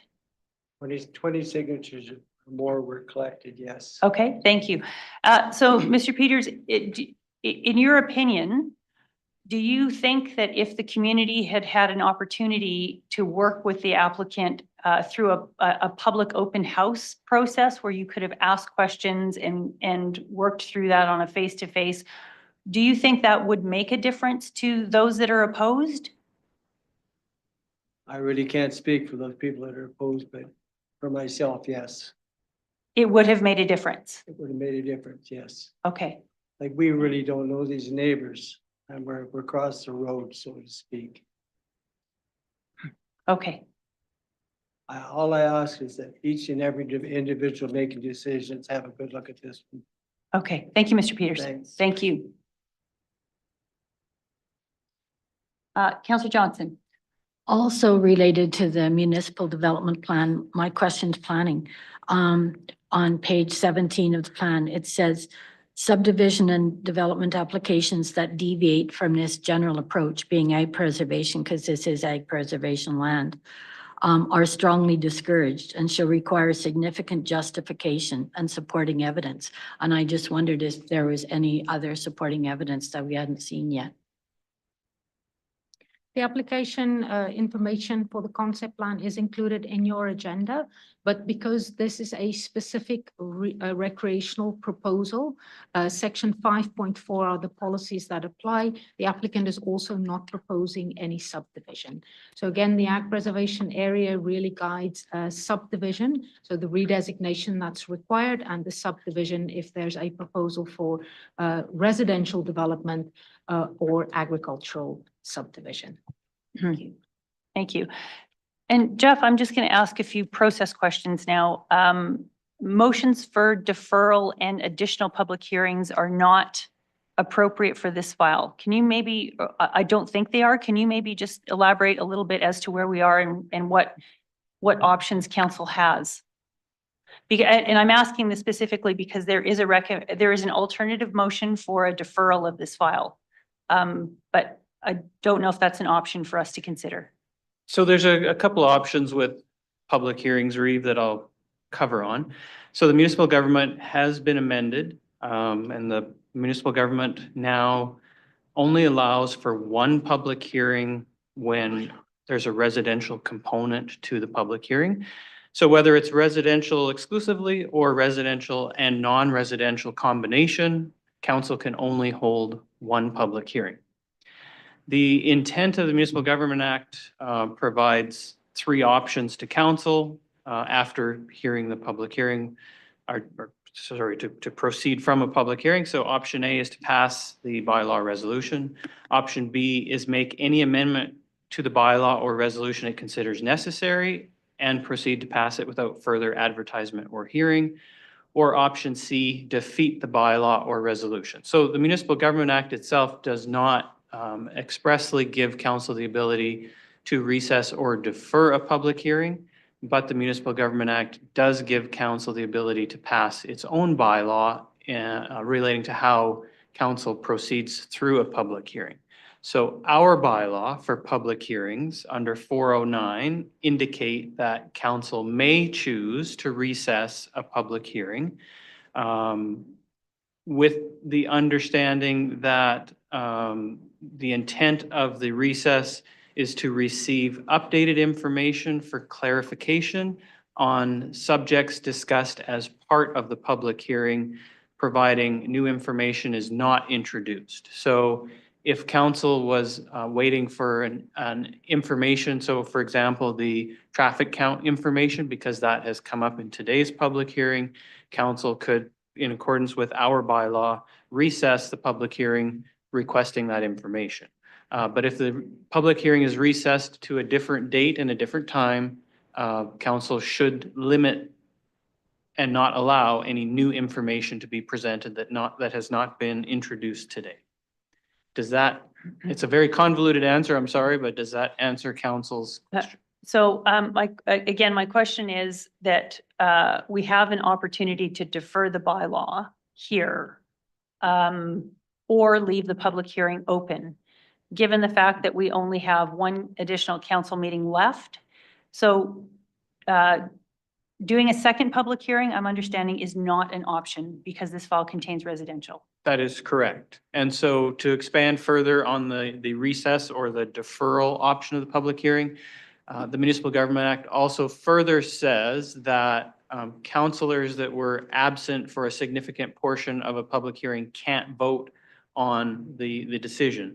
So that would mean this council would need to conclude the public hearing and make any decisions related to that prior to the next organizational meeting.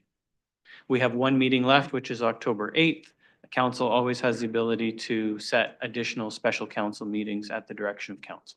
Okay, so if council would want to have additional consultation in the form of requesting the applicant to do an open house to gather more information, and we left the public hearing open, that would not be possible at this stage because we only have one council meeting left. Is that correct? Yes, there's two problems with that concept. One being new information is not allowed to be introduced when you reconvene the public hearing.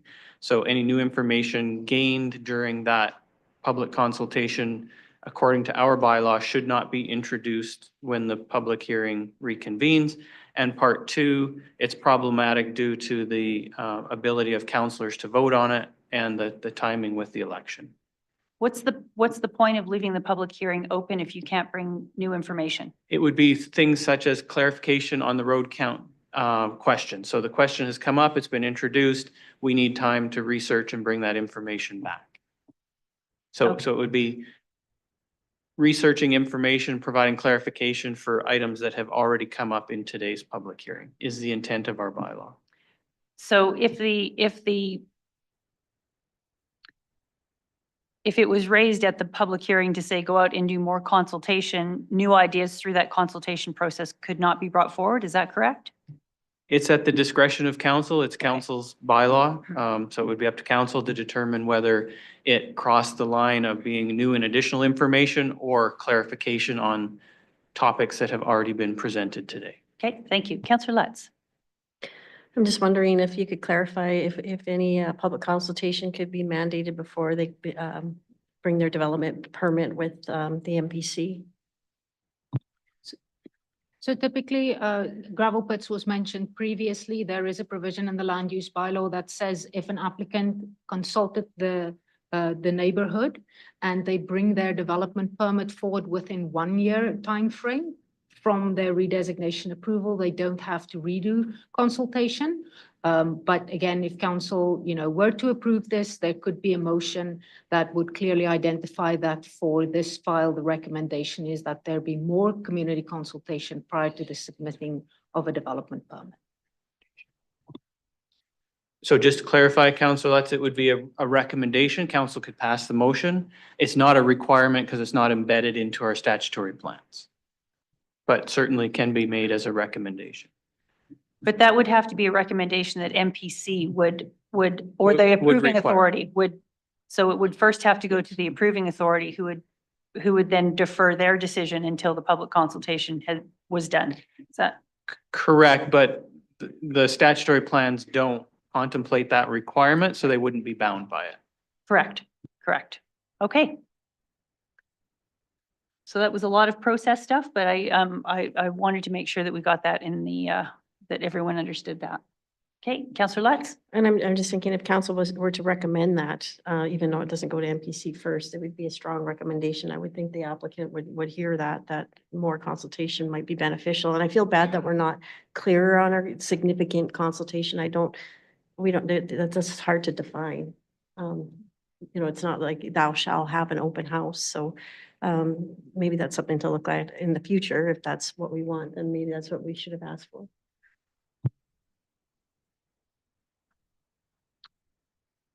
Okay. Is there any extra questions or any additional questions from council? Councillor Nixon. Guess I do have one question that hasn't been touched on thus far.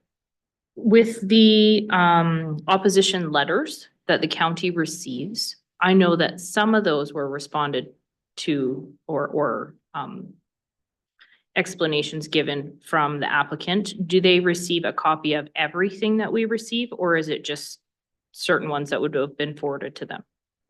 So once our application circulation is done, so all of the neighbors who received letters have written to us with their concerns, we compile all of those letters and provide it to the applicant to provide a response back to us.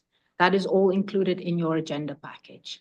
But anything that's submitted after the public hearing notification, for example, the letters today, they would not have gone to the applicant, only the ones from the circulation.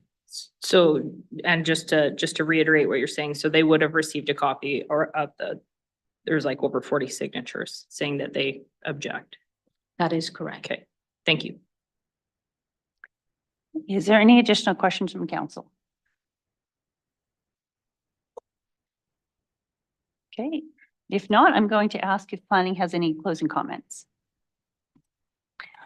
The only closing comment that I have for council is that to reiterate what Jeff had said is that subject to council approval of this proposal at the development permit stage, we'll handle the operations of this facility through conditions of approval.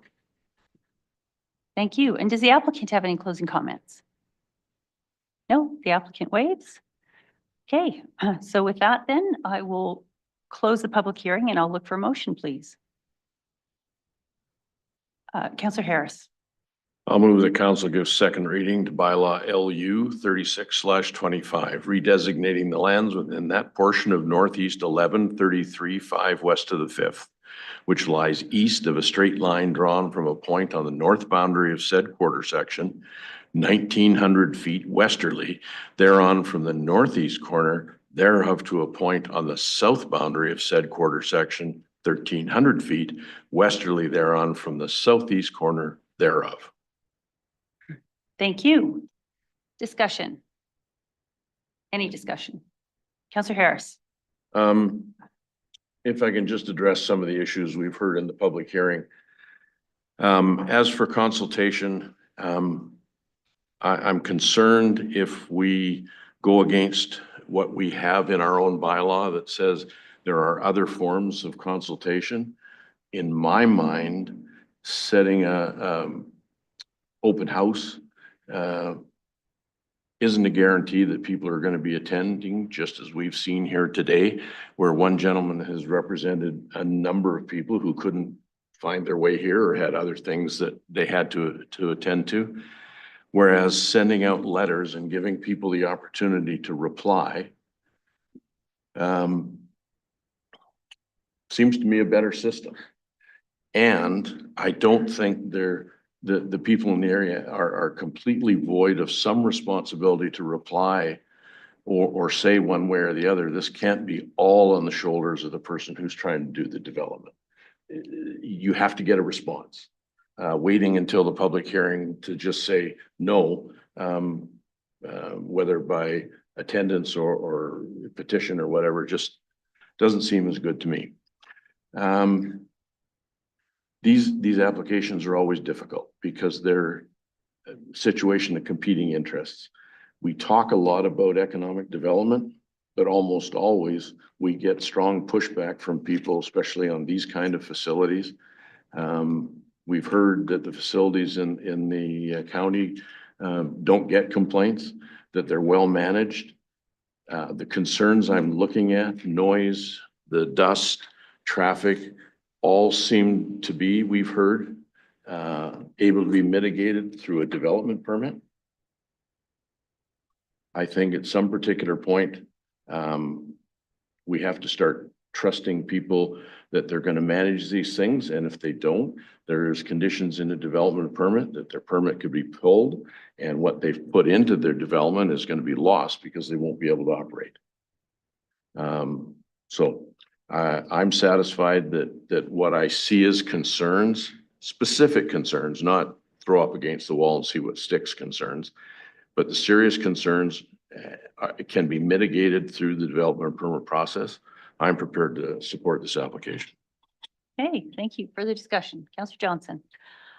I'm concerned that the development permit process isn't as robust as the public events bylaw, and that the two are too inconsistent, and that the concerns about noise in particular have no way of being addressed other than a call to the RCMP, and that concerns me a great deal. Thank you. Is there any other discussion? Councillor Lutz. Yeah, I don't know if a motion on making more public consultation is binding or something that you would do, but I just strongly recommended between the two phases. You've had an opportunity to meet your neighbors.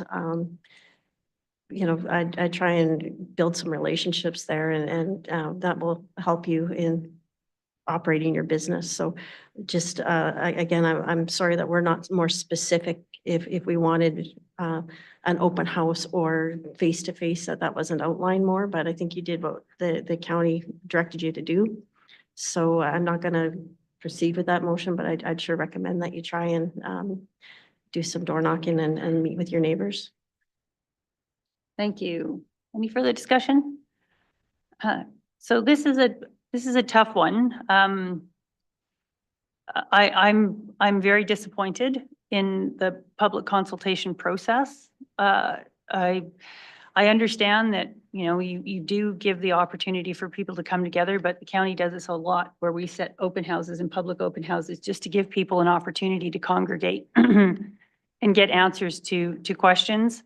I think, in my opinion, the municipal development plan is fairly clear that significant community consultation should be done that may require resolution through public review process. And I think contrary to that, we have other things that say public consultation can be through a notice, which I feel like this was more the process.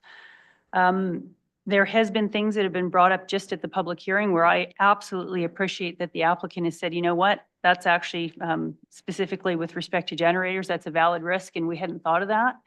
And I think these sort of things through a more engagement at a public house, public open house could be brought forward. And I don't see an unwillingness for residents to work with the applicant on this. I think it's a great opportunity. There's enough letters of support in the package. There's letters of opposition. And then there was a lot of letters that went, we just don't know, but we want to keep informed.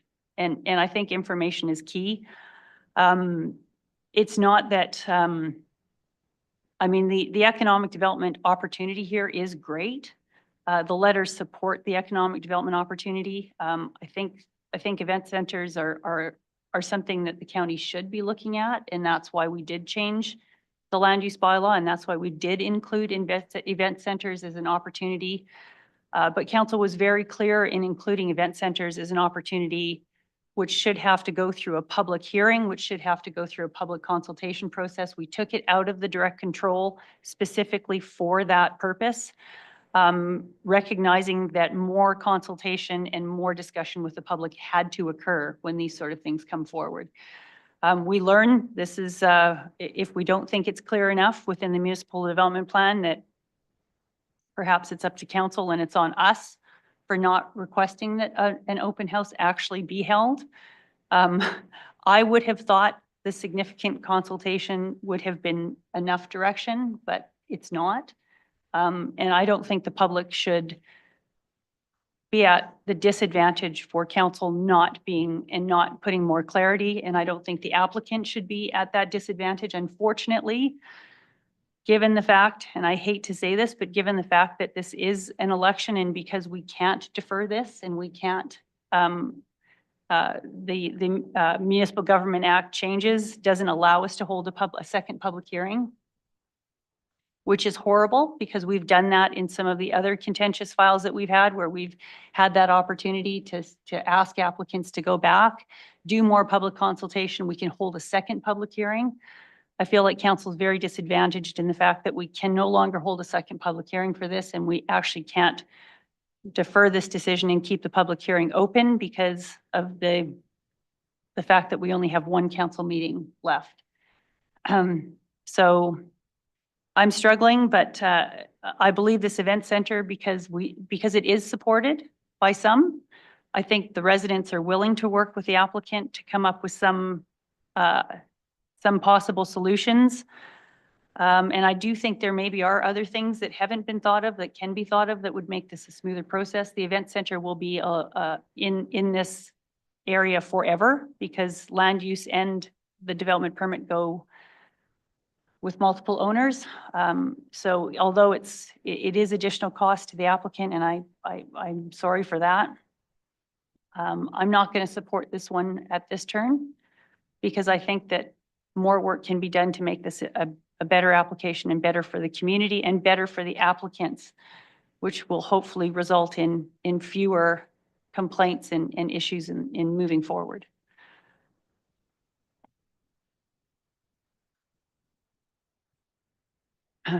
So with that, if there's no further discussion, I'm going to call to question on second reading. All those in favor? And those opposed?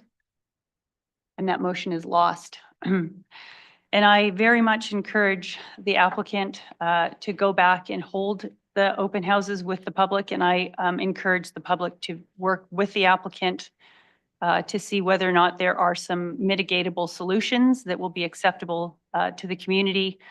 And even if they're not acceptable, at least for council to understand that the applicant has had those opportunities to have those discussions and bring forward another application for the next council to consider.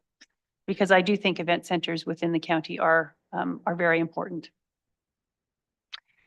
And council has some additional work. Every one of these files brings something to council's attention that maybe we didn't think about in the forefront. And so we, obviously, the next council can look at stronger wording and better direction. Okay, so with that, we will take a break. Again, looking at this clock. Oh, you fixed the clock. It's the same now. Thank you for that. We'll take a break till 5 past 11, please.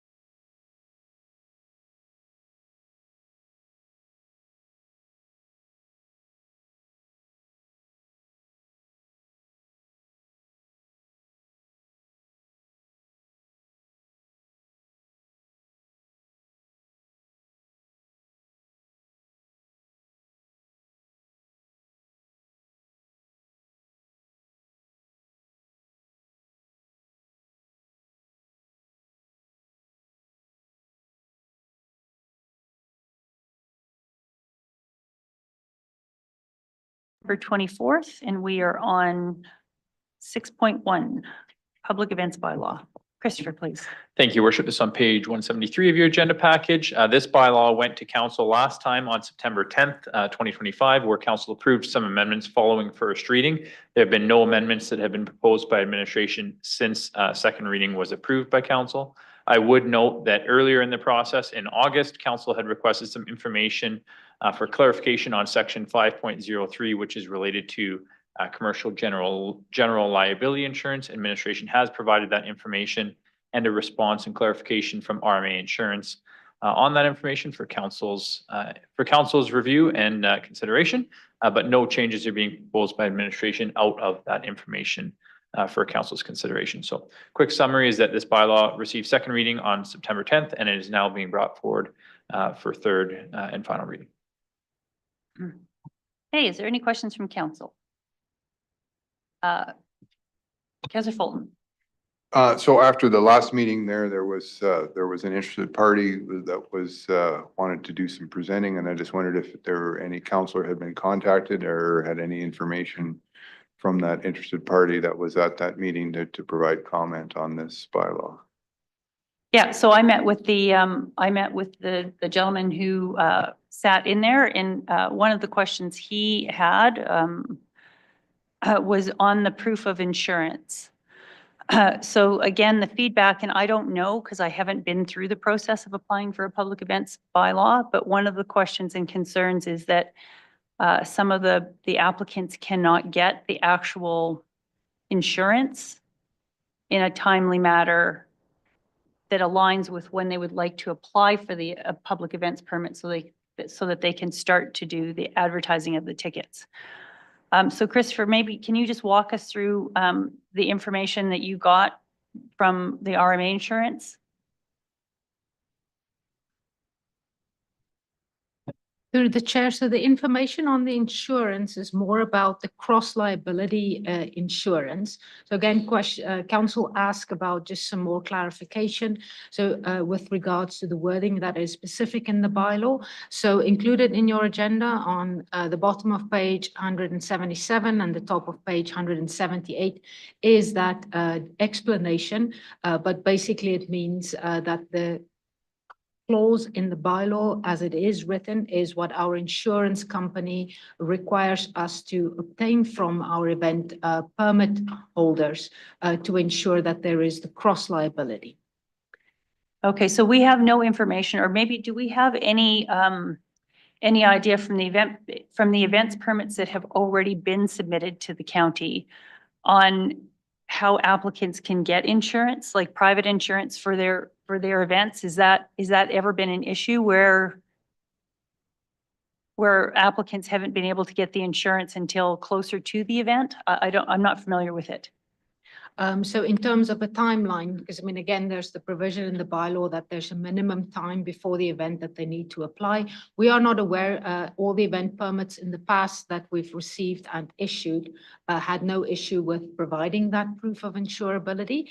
Again, it is section 5.03H that talks about the submission of application, the proof of insurability that is perhaps could be expanded, if there is concern from council or from the information that you've received, where we could perhaps change the wording of H from proof of commercial general liability insurance to proof of ability to obtain commercial general liability insurance. That will then give us the opportunity to receive information as part of a complete application and perhaps deal as a condition of an event permit to require the ultimate insurance to be provided.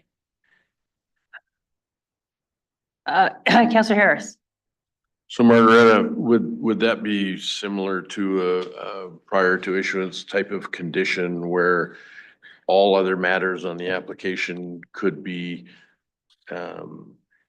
settled, and then essentially if they can't get insurance until say whatever 30, 45 days out, make it as a prior to issuance of the permit upon actual proof of insurance that the insurance is in existence? Would that be something that would work? Yes, that is something that could work. Perhaps that's something, because one of the issues, of course, was, with the latest one was a refusal. But the planning, preparation, selling of tickets, all that kind of thing, happened and expenses incurred. With a prior to issuance for the insurance, we could set the condition that insurance has to be valid before the final permit is issued. But they have to understand they have to meet the other criteria, and then maybe that would allow an earlier submission of the application and allow planning more time to look at it, and then and conduct the risk assessment and indicate that for all other matters except the insurance, it's good to go, but it's still a prior to issuance of the permit Yep. condition. And I like the suggestion of putting in 5.03H, proof of the ability. What was the wording there, Margaret? A proof of the ability to obtain. And then I think that gives our administration flexibility on, as you had said, Councillor Harris, in the actual permit itself, putting that prior to issuance condition in the permit. But at least this allows applicants to come forward in a more timely manner, depending on when they need to start advertising for their event. Smaller events, they may not require a large amount of time. Larger events, they may need a lot more time. So I will make a motion that council request administration to amend section 5.03H to add in, after proof, the ability to obtain. Oh, look at that. Magic. So the motion reads that council request administration to amend bylaw 1325 public events, section 5.03H, first sentence to read, proof of ability to obtain commercial general liability insurance in the form, in a form and with an insurer acceptable to the county in the minimum amount of $2 million per occurrence. Is there any questions or is there any discussion on that motion? Councillor Nixon. I think that that's a great idea, but if we're going to do that, we might also need a clause somewhere else that says you actually have to have the insurance in place by this time prior to the event.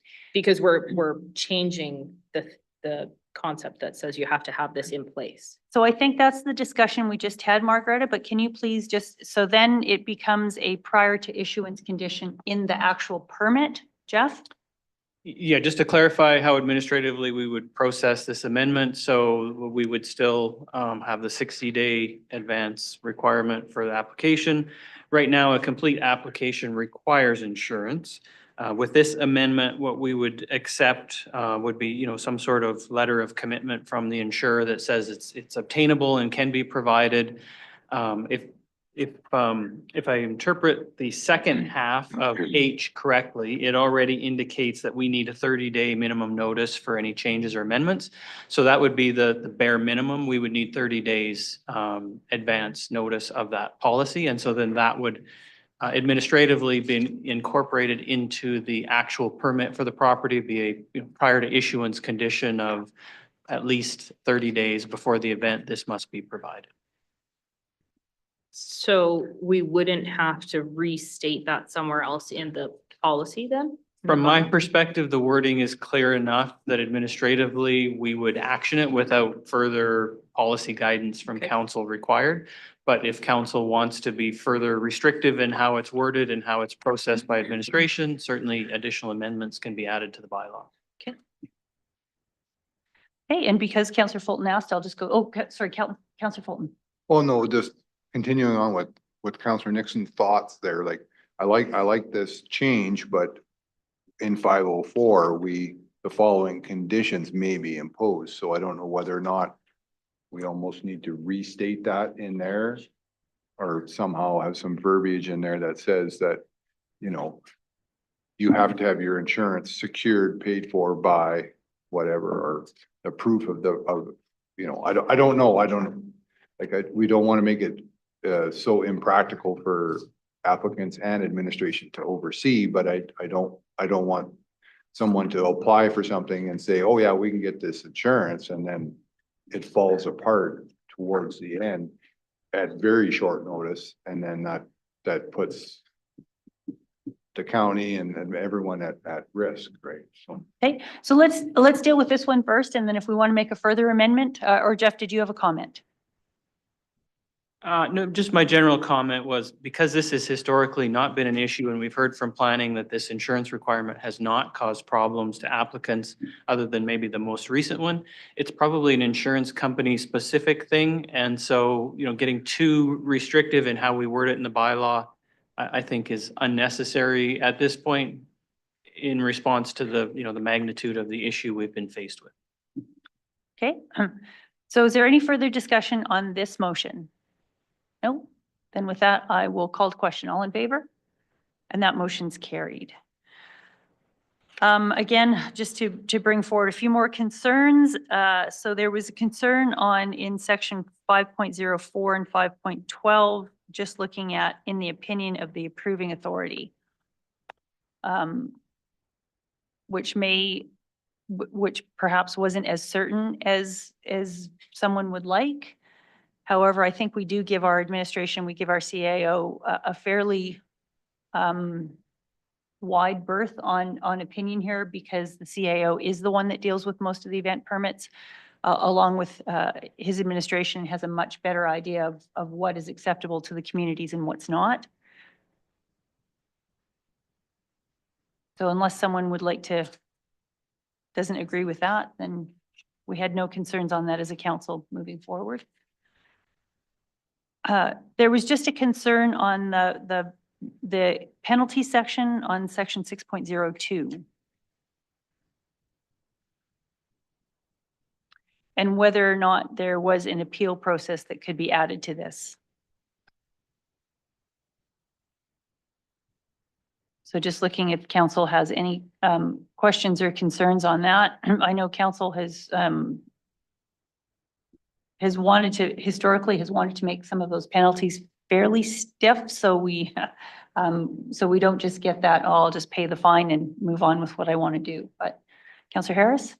Although it's not stated here specifically, this would be a charge before the provincial court. So that automatically has appeal provisions in it. And it's not really for us to tell the provincial court what they can and can't do. So, but an appeal would be possible under the rules for the provincial court. Okay. And there was additional concern just on the difference between the section 4.01 exempting some organizations. And I know that's something that council has always supported. But it maybe is that it creates kind of a different system for kind of private landowners and then the organizations. Just looking if council has any concerns of that. We've normally supported that wholeheartedly. Okay, and then just a question on the one event per parcel per year, whether or not that was a consideration that council would look at changing. Right now, Jeff, I believe we do one permit per parcel per year, with the idea that if you're doing it more frequently, then you may be running an event center, you may be running something that should actually require a proper redesignation and or a development permit. Is that That is correct. And I believe from memory, historic versions of this only allowed one public event ever, and we expanded it to one per year. But yes, this is sort of an exemption to our land use bylaw and our MDP, where if a property is going to do this repeatedly, they should be going through the rezoning process and obtaining a development permit, not circumventing it with a public events permit.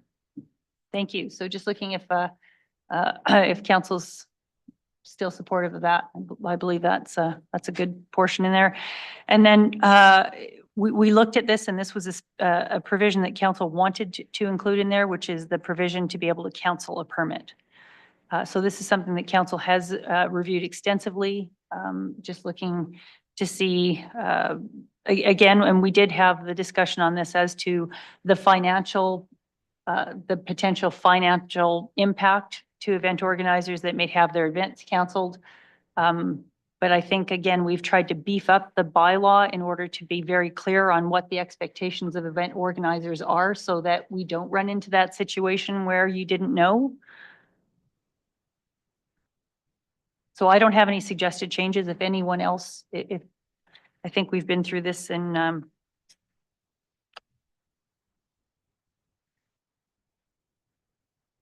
so I think I've hit the highlights on all the concerns.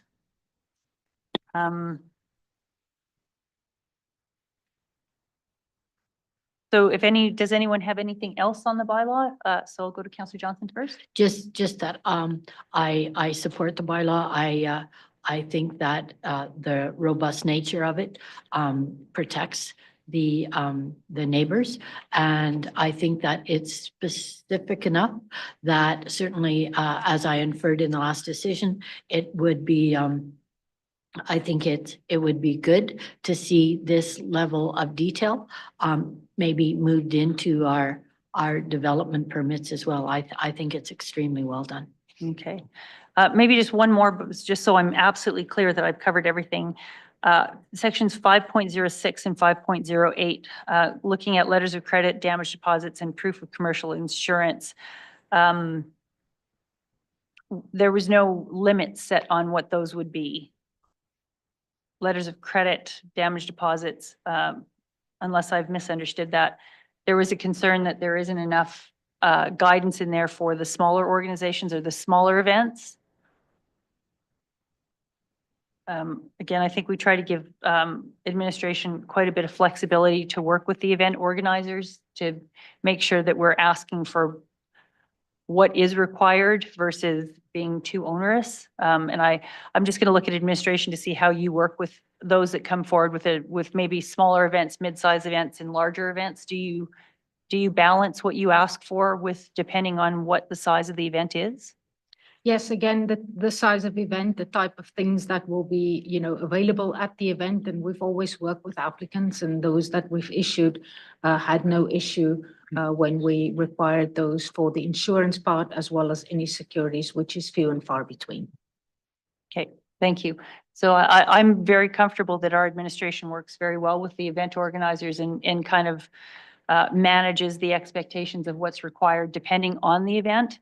It's hard for council to try and put too many restrictions on these because we don't know the size, the type of the event and the duration of the event, whereas administration, I feel, has much more experience working with these and knows what to ask for and knows what makes sense. Okay. Is there any other comments on the events bylaw other than that one change? Councillor Nixon. I think that what you just said makes sense because each event is its own thing. It's very specific to that event. So it would change all the time. Two things that weren't touched on yet. I just have two grammatical corrections. 6.03A, there's a space missing between provincial and offenses. Can we get that fixed? And 6.04B, can we add "an" in the second line after "such"? So it would say believes that such an appearance. Everyone else is okay with those two grammatical changes? Yeah, I don't think we need motions for those. They don't change the intent. Or Jeff, do we need motions for those just to update those?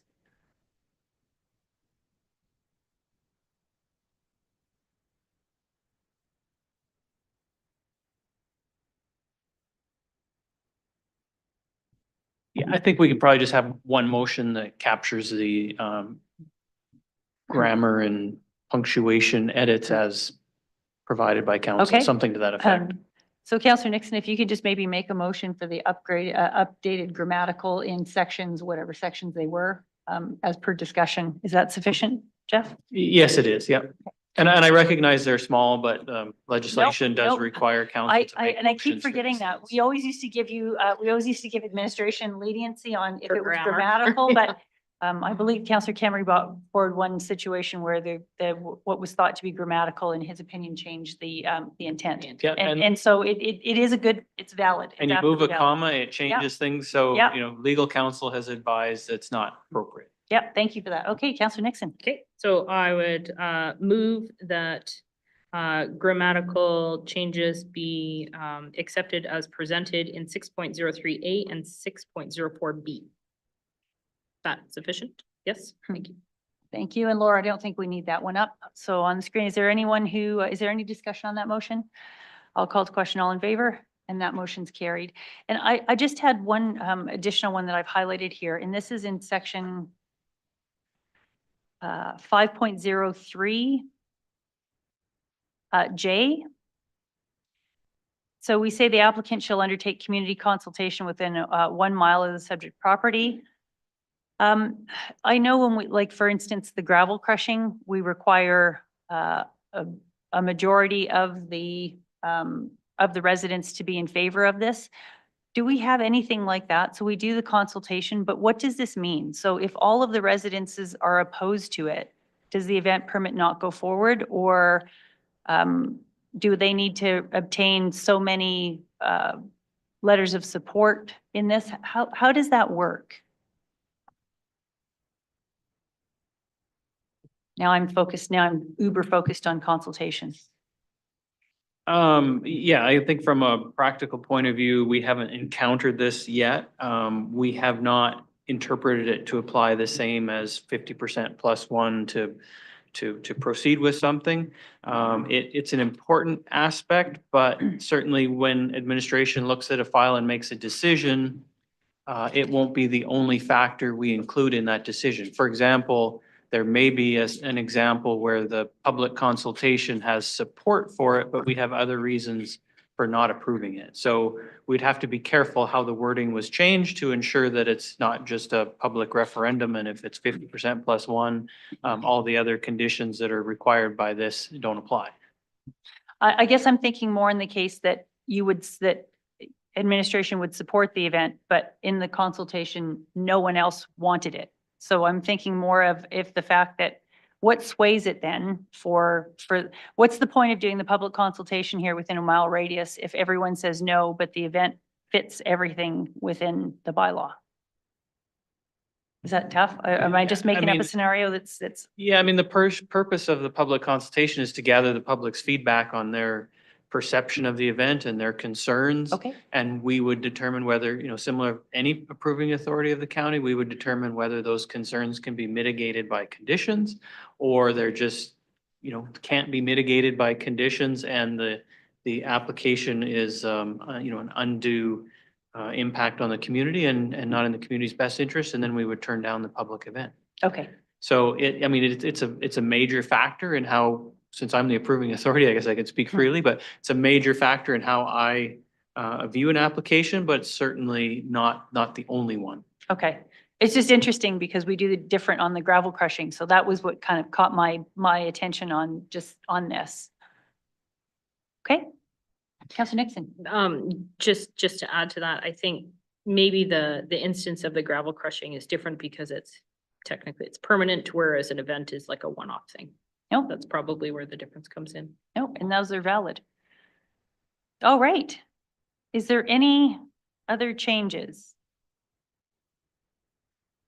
So I have again screwed up the process and I didn't have third reading on the floor. So I'm going to ask for council to grant. So now, Jeff, with the one change, I'm going to actually, sorry, Councillor Harris, will you put third reading on the floor? I will. I'll move the council grant third reading to bylaw numbers 13/25, public events. Okay. And so now we do have the motion that amended one of the bullet points, section 5.03H. Does council want to see this come back after lunch with that amendment prior to voting on third reading, or does everyone feel comfortable I can check with Laura. I think it's there ready now if council wants to see it, just to confirm you have access to the final version of the bylaw and what it looks like. You guys are good. Okay, so this is the amendment that has been actually approved. So it, although Laura's been wonderful and highlighted it in red, it is actually already been voted on. And so this is how the bylaw would read. Jeff? No, that's correct. I just Okay. did, Laura, did you capture Councillor Nixon's motion with the edits as well? Okay. Okay, so we would have to bring it back, but it's fairly straightforward, I think. Yeah, so just looking at whether or not council feels comfortable enough to vote on third reading now, or whether you'd not like to see it after lunch. I think we're all comfortable to vote on it now. Okay, so with that, I will call to question. All in favor? And that motion's carried. 6.2, bylaw 1425, short-term borrowing line of credit. Jeff. Thank you, Reeve. This item's coming back for third reading, and as council's aware, it is in preparations for the 2026 budget. I think we've addressed this in prior meetings, so unless there's additional questions, I'll turn it back to you, Reeve. Is there any questions from council on this? No, then we have a motion. Councillor Fulton. I'll move that council grant third reading to bylaw 14/25, short-term borrowing line of credit. Thank you. Any further discussion? I'll call to question. All in favor? And that motion's carried. 9.1, committee's terms of reference updates. Christopher, please. Thank you, Your Worship. So in preparation for the 2025 organizational meeting, my team has gone through the terms of reference documents for all of our committees that we appoint to and has made some suggested amendments for council's consideration in order to bring the terms of reference up to snuff with what current practice is. We haven't changed anything philosophically or to the scope that is out of that current practice. And now we're just bringing them back to council for consideration of those amendments and any other amendments that you may wish to have in preparation for the 2025-2029 council term. So maybe I'll just walk through each of them one by one, Your Worship, with quick changes. Yes. Does that work for you?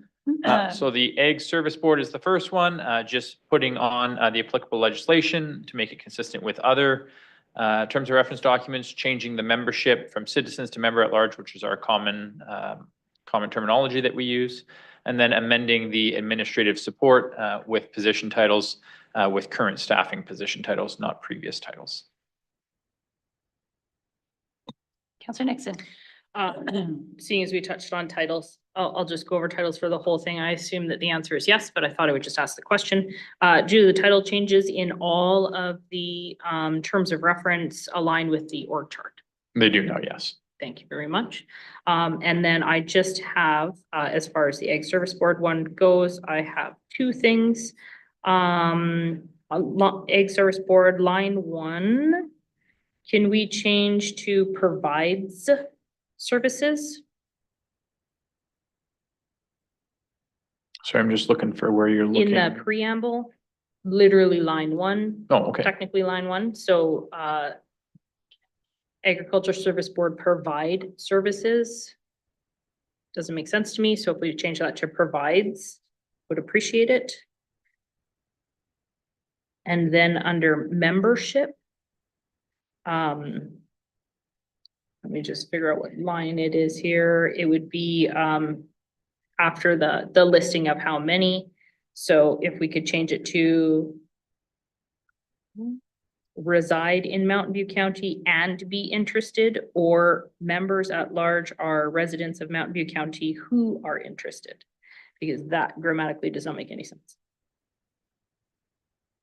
So is the recommendation members at large shall reside within Mountain View County and be interested in the betterment? Is that the word? That is the easiest change, but if council wants to entertain the other one, either or would be fine. It just fixes that line grammatically. I don't know if council has a preference. I'm gonna say no, they don't. So the first one is probably fine. So reside in Mountain View County and be interested.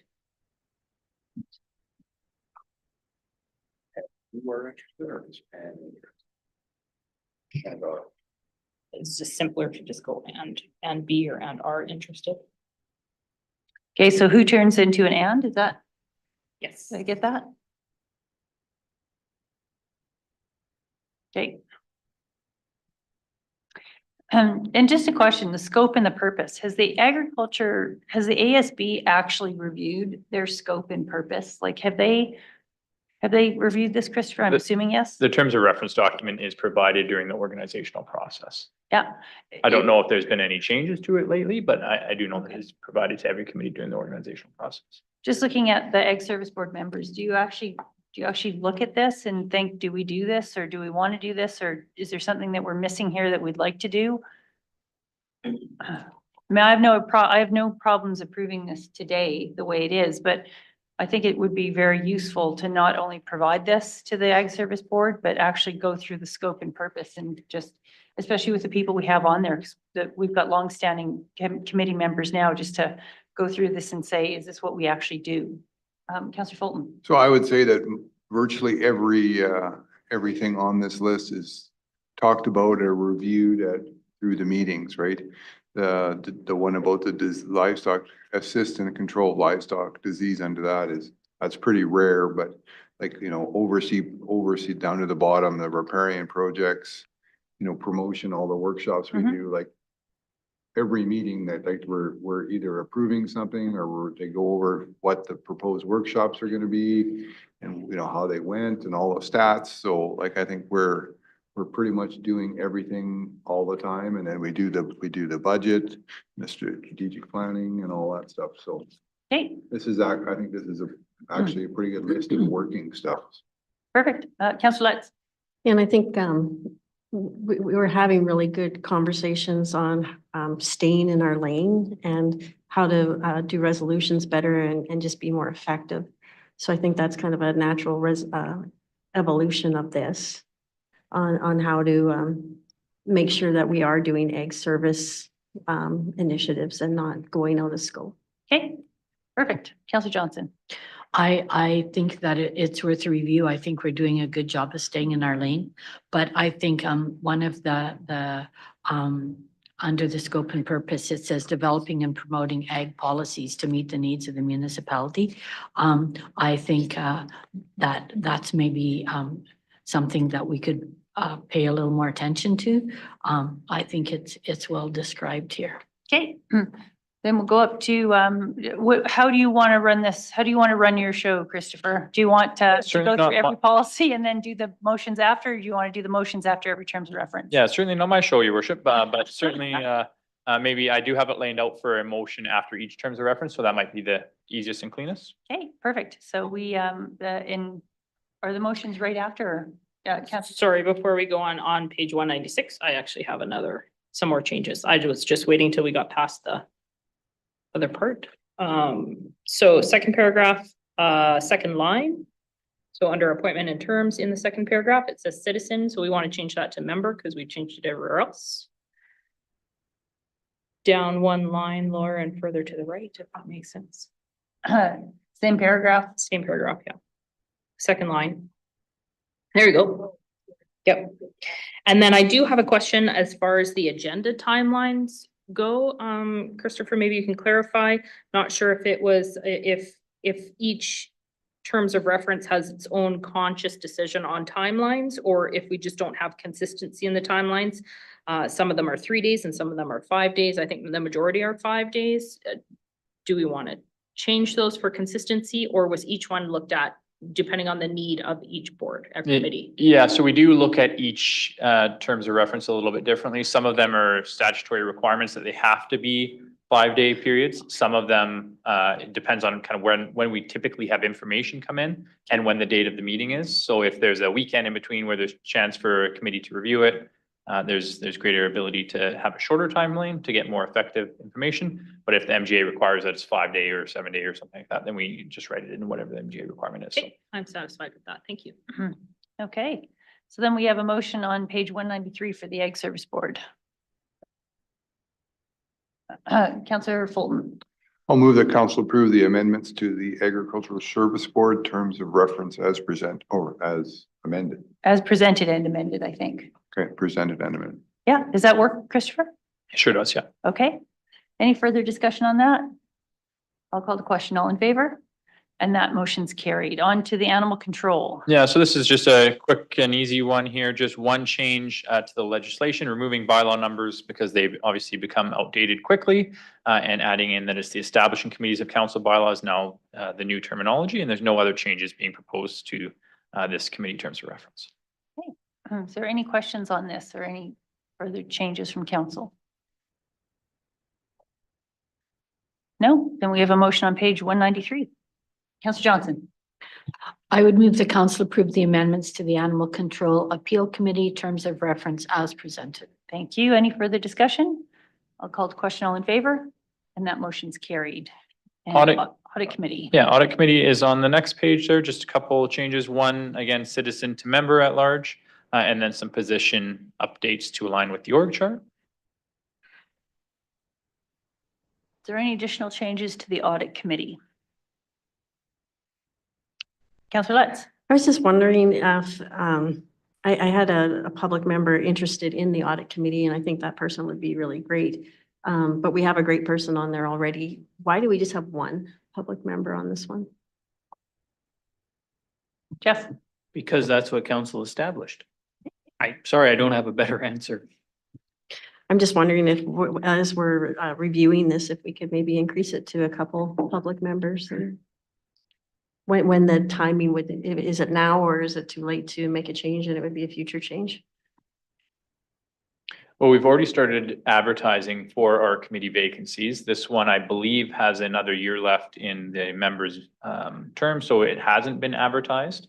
So in the event that council wanted to change it to be a maximum of 2 or a maximum of 3 members at large or something along those lines, we would have to advertise it separately. Might not be in time for the org meeting, or might be just a little bit more rushed from an advertising perspective. So certainly you can change it. My recommendation would be to handle it similar to how we handle strings and keys, which is that we say members at large maximum of certain members, because we have had difficulties in the past filling this committee with 1 member. So we may have difficulty if we say that we're going to have 3 members, for instance. So that'd be my recommendation. Okay, Councillor Lutz. So can I make a motion that we update that to a maximum of 2 members, 2 public members?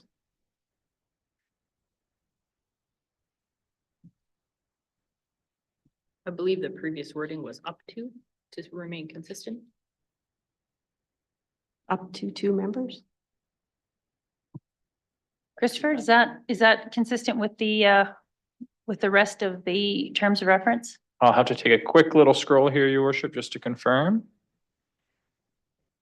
That's the one that, yeah.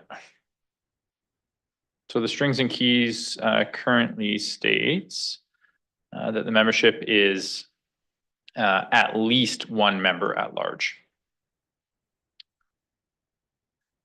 Now that committee is a little bit different because council did want to have community, that was a real big community representation one for that one. So they were okay with having 3, 4, 5 members if there was that many coming forward. I don't know if council wants to have that many members on your audit committee. So I think you could go with a different wording on this one because they are going to be treated differently. So I think a maximum of 2 members at large would be appropriate. Okay, so Councillor Lutz, what wording would you prefer? A maximum of 2 public members, please. Okay. So we have a motion on the floor to increase the audit committee members at large to a maximum of 2. Any further discussion on that? Okay. With that, I will call the question. All in favor? And that motion's carried. Okay. Is there any other changes on this one? If not, I'll entertain a motion for approval. Councillor Nixon. No other changes. I'll do the motion if nobody has Yes, any. please. The council approve the amendments to the audit committee terms of reference as presented and amended. Thank you. Any further discussion? Called question. All in favor? And that motion's carried. And we are on to the Aviation Advisory Committee. Just one change here being proposed, Your Worship, to the meeting frequency. Right now it reads that it's quarterly at a minimum and shall be at the call of the chair. We're finding that it's really depending on activity is how often this committee is needing to meet. Sometimes they're meeting, more regularly than a quarterly meeting. Sometimes it twice a year or 3 times a year. So administration is recommending that just be changed to at the call of the chair. Okay, any discussion? I don't know, Christopher, if we can put something else in here. The problem is that most of the time that the chair is a public member, and so they're not really engaged with what's going on at the county level. So I don't know if we put in there at the call of the chair or council or something, but I'm just concerned that if we leave it as the call of the chair, they're not engaged in county business all the time, and so they may not call a meeting. Typically, the process would work that administration would initiate it with the chair and say, hey, we have enough stuff to have a meeting. Are you good having a meeting? When would you like the meeting? What kind of month? And then the chair calls the meeting by saying, yeah, let's have a meeting next month, is how it's typically been happening. So I don't know if council wants to propose any other type of wording to make that more clear, or if you're satisfied that it is technically the chair that is calling. Well, I would like to see it at least one meeting before the budget. Because we do ask the Aviation Advisory Committee to propose capital projects for the budget consideration. So I think we should always at least have one meeting of the Aviation Advisory Committee prior to budget, so we'd have that input. Councillor Miller? I think one's good, but I would like to see 2, spring and winter. There's runway plans that need to be done for snow clearing and summer plans, so I would like to see twice a year. That's actually a great point, because we do have in the contract that the winter program should be, needs to be reviewed. So that would align very well with the contract. Christopher, any concerns on that? Nope, not at all. So then what would the meeting frequency look like? At least twice a year, spring and fall? Yep. Okay.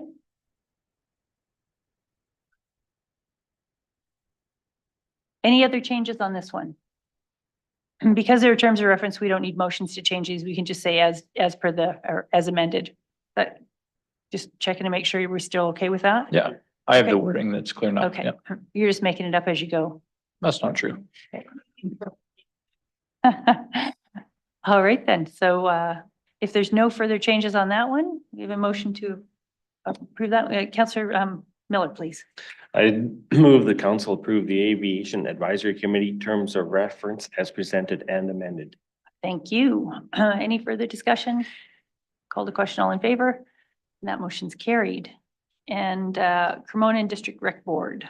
So just a few changes being proposed here, your worship, under applicable legislation, just adding in this establishing committees of council bylaw, citizens being changed to members, and then some position specificity that has been changed under the administrative support.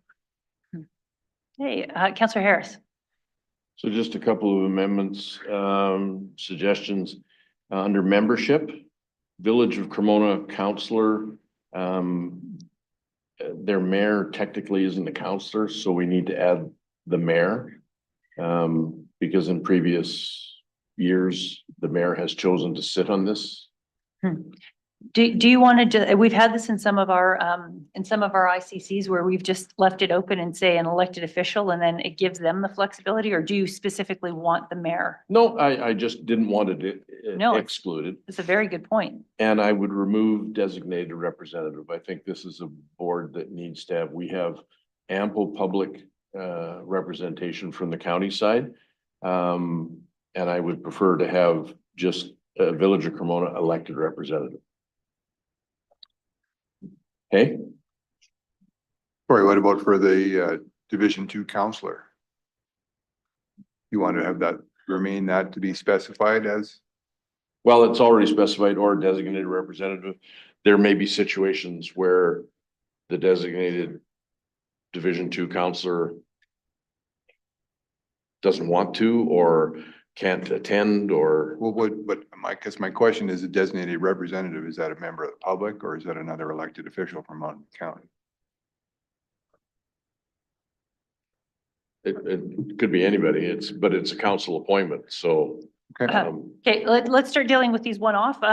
Jeff? Yeah, I think our committees of council bylaw, when a councillor is appointed, the designated representative would be a councillor that fills that, but we can certainly just work that into the terms of reference, the Division Two counselor or designated elected representative, just for clarity. And then the same thing for the Village of Cremona, the elected official or elected representative, whichever wording council prefers. Okay, so then that would mean that it's either, to Greg's point, you either got, in all cases, you've got an elected official that sits at that table, is what we're trying to achieve. Is that correct, Councillor Harris?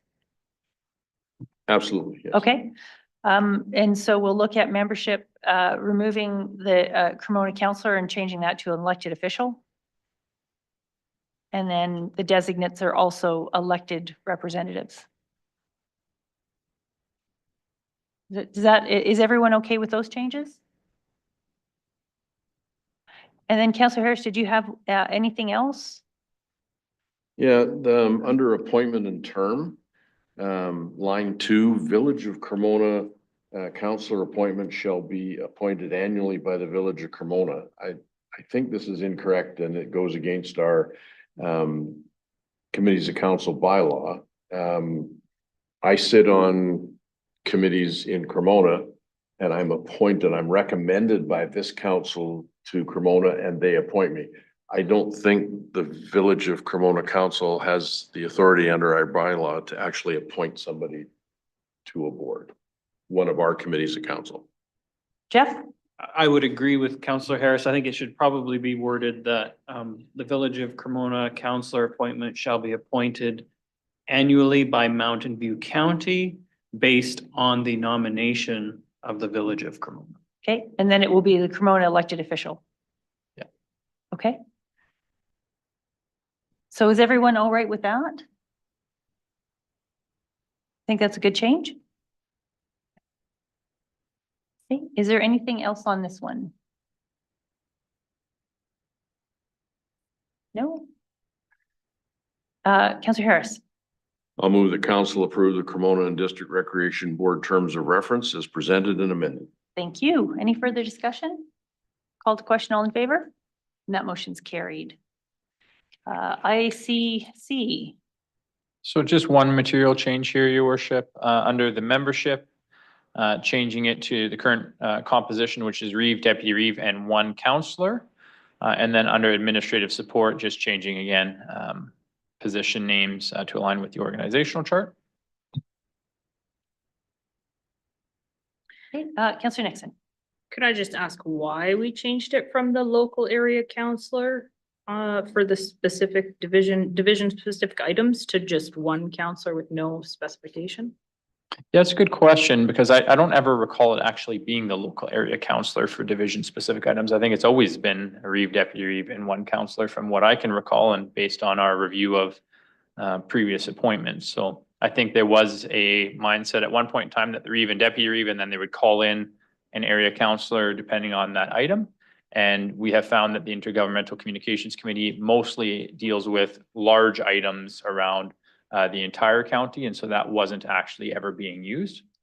And so I believe at that point in time, a counselor was being appointed. But I do recall sometimes where the local area counselor has provided input on an item if it was specific to their department, or maybe they were on a committee that was dealing with that lobbying effort as well, that they communications committee brings that person in. But I think this is the current composition and it has been ever since my time here. Yeah, and I don't, again, this isn't a decision-making body. This is just making recommendations to council, I think, as well. So it's very important that all council has an input as to what comes out of this committee prior to, like, for instance, the 1-pagers and that sort of thing. So is everyone okay with this one? Is there any changes, any additional changes recommended from council? No, seeing none. Someone like to put forward a motion? Page 193. Councillor Miller, please. I'd move the council approve the Intergovernmental Communications Committee terms of reference as presented. Perfect. Any further discussion? I'll call the question, all in favor? And that motion's carried. Strings and keys. Strings and keys, again, just consistency with this one and other terms of reference documents. So the membership has been updated, the membership hasn't actually been changed, it's been updated for consistent wording. And then again, citizens to members at large throughout. and the community services coordinator to the community outreach coordinator, which is the current terminology. And then our quorum has been updated as well.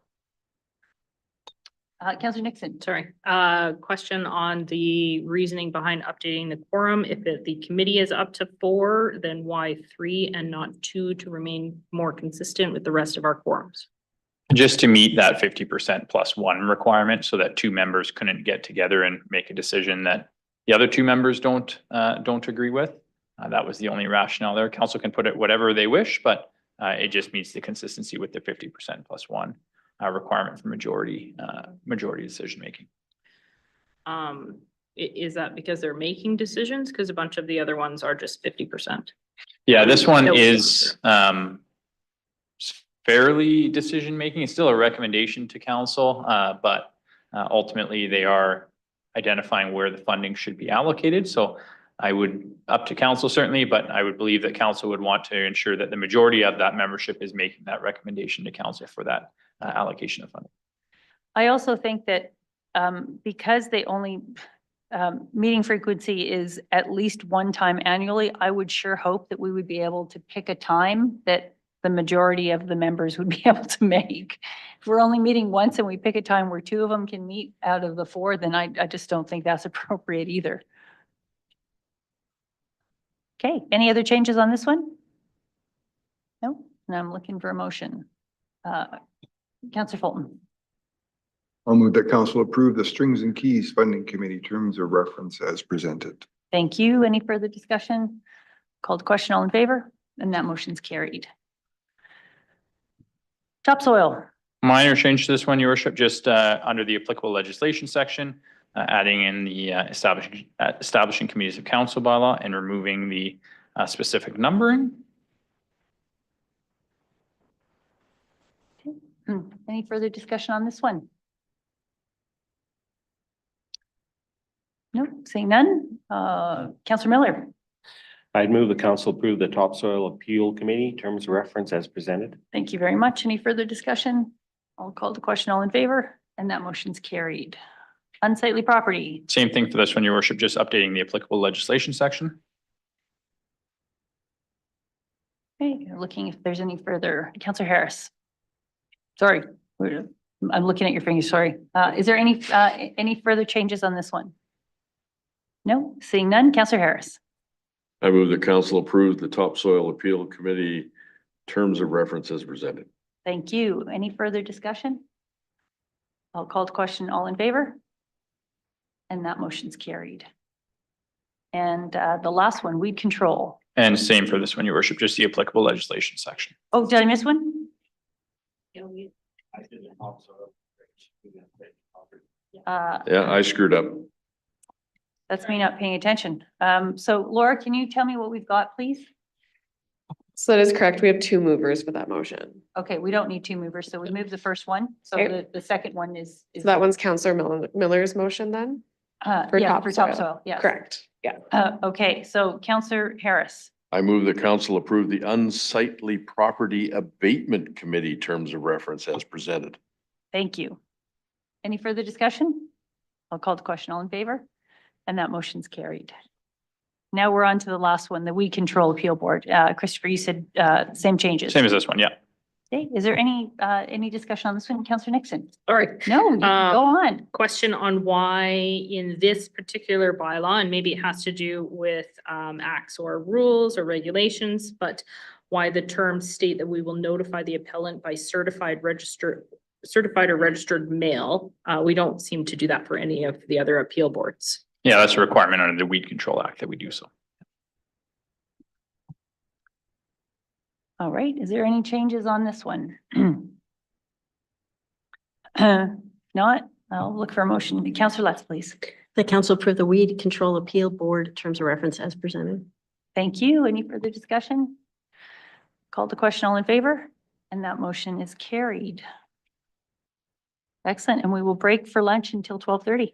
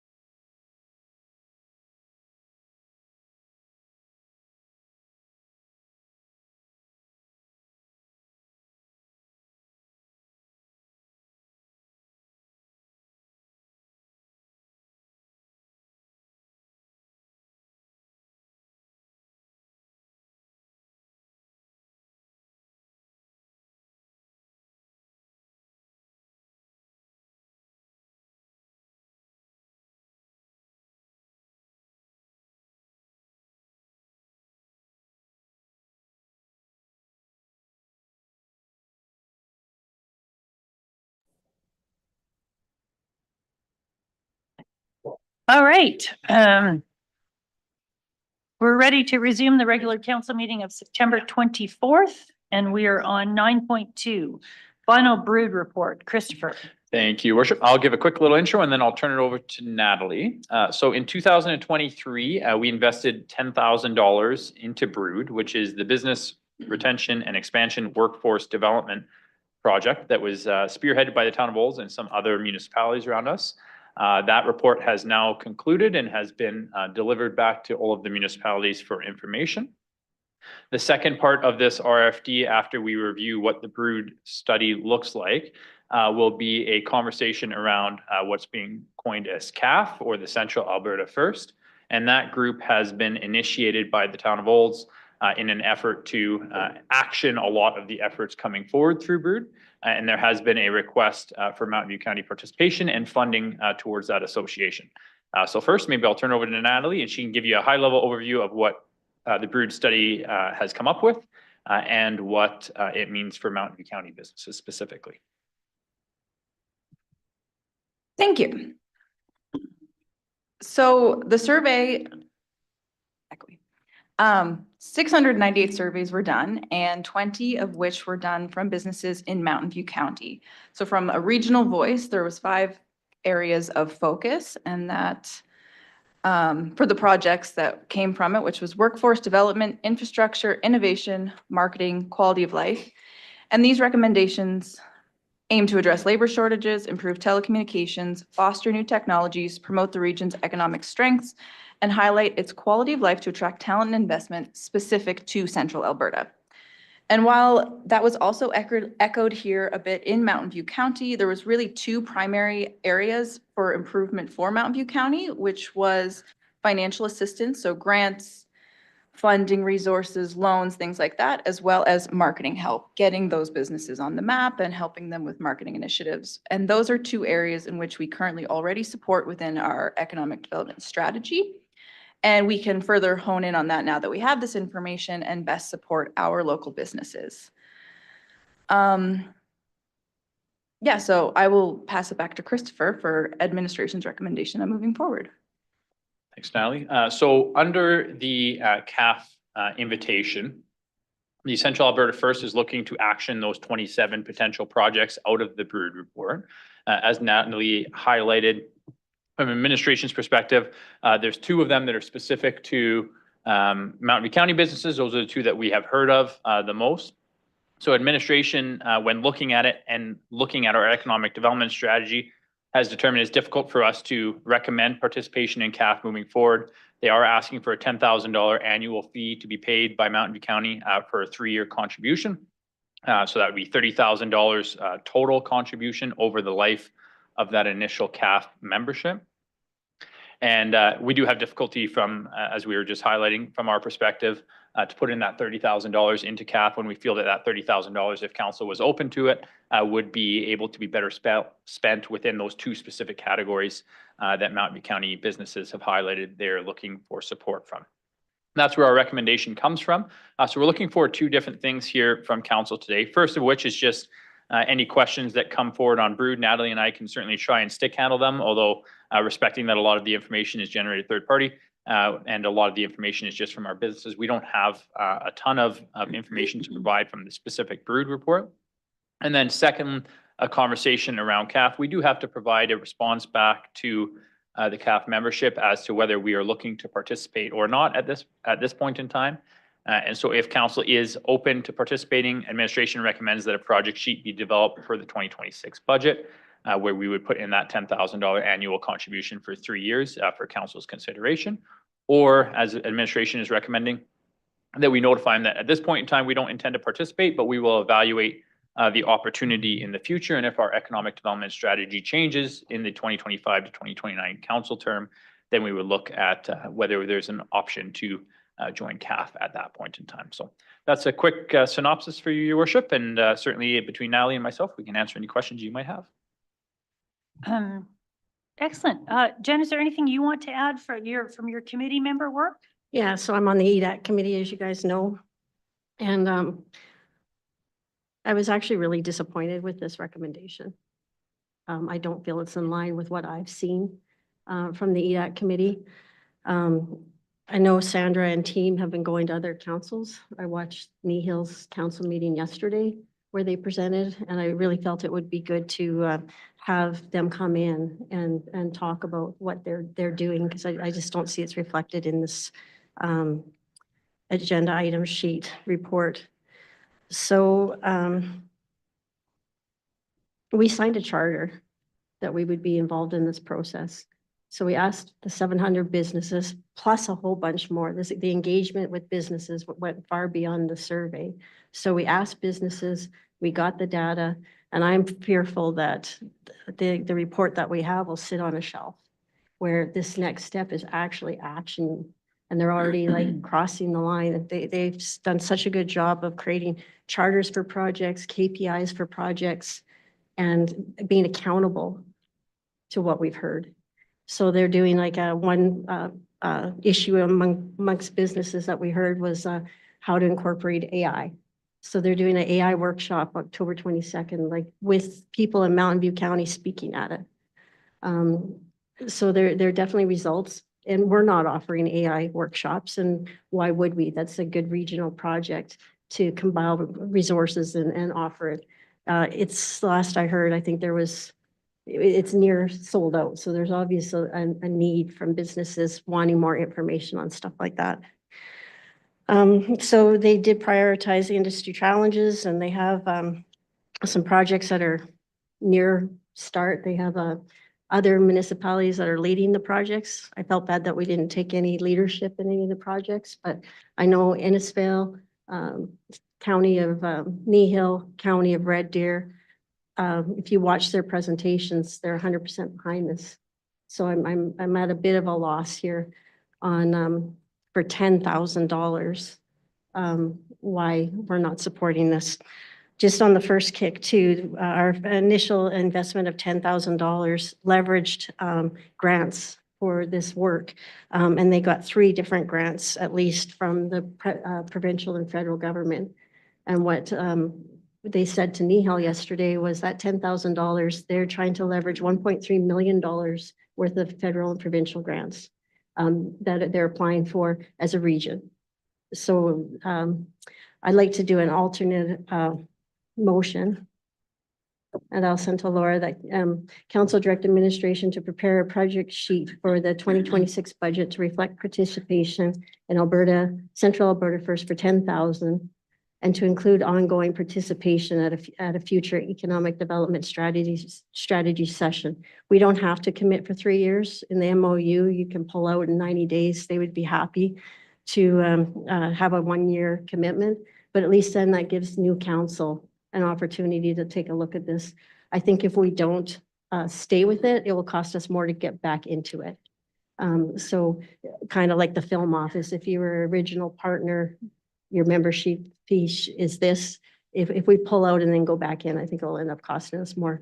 And I just don't want to lose some momentum of this work.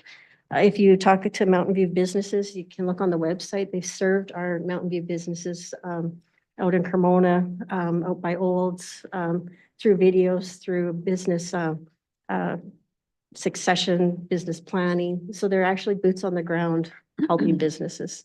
And I think our businesses will appreciate that, and especially if they hear what they have to offer. My other fear is the AI workshop. We'll have Mountain View people coming, and if they hear we're not supporting this, they will hear. I think we'll disappoint our business community, and I'm worried that our businesses will be at the bottom of the helpline too, with Community Futures and all the partners that are involved with this. So I'm concerned about the relationship too, especially since we're not CAPE members anymore. This is a way to keep us working regionally. So I know when we met with the livestock working group, you'd mentioned that we were hopeful we were going to get some good information from our ag producers through the brood survey. And I see we only actually had 20 responses, but only 4 of those were from the agriculture community. So we're less than 3%. Were you concerned about that, about the response from Mountain View County in the survey? On the survey, I did have issues with the survey. It was so long, but the survey was one piece of it. They've had workshops since then that have brought different businesses in that weren't really a part of the survey, but gained some momentum. I can't remember what the workshops were called that were in Innisfail there, but it wasn't just the survey. It's ongoing. They have an agricultural committee. So it takes a while, I guess, to get some momentum building, but I think they're building momentum. So yeah, I'm hoping that we can stay involved. Okay, so we have a motion. Let's debate the motion. Councillor Johnson. Just part question, I'm trying to understand all this. How many businesses, do we know how many businesses there are in Mountain View County? And do we know how many farms there are in Mountain View County that count themselves as businesses? I think generally farms are considered businesses. So I'm trying to understand how many people participated and the timing and so on. I know that if you're harvesting like most farmers are right now, they're probably not going to participate, but was there opportunity that they could have? I have some of those kind of questions.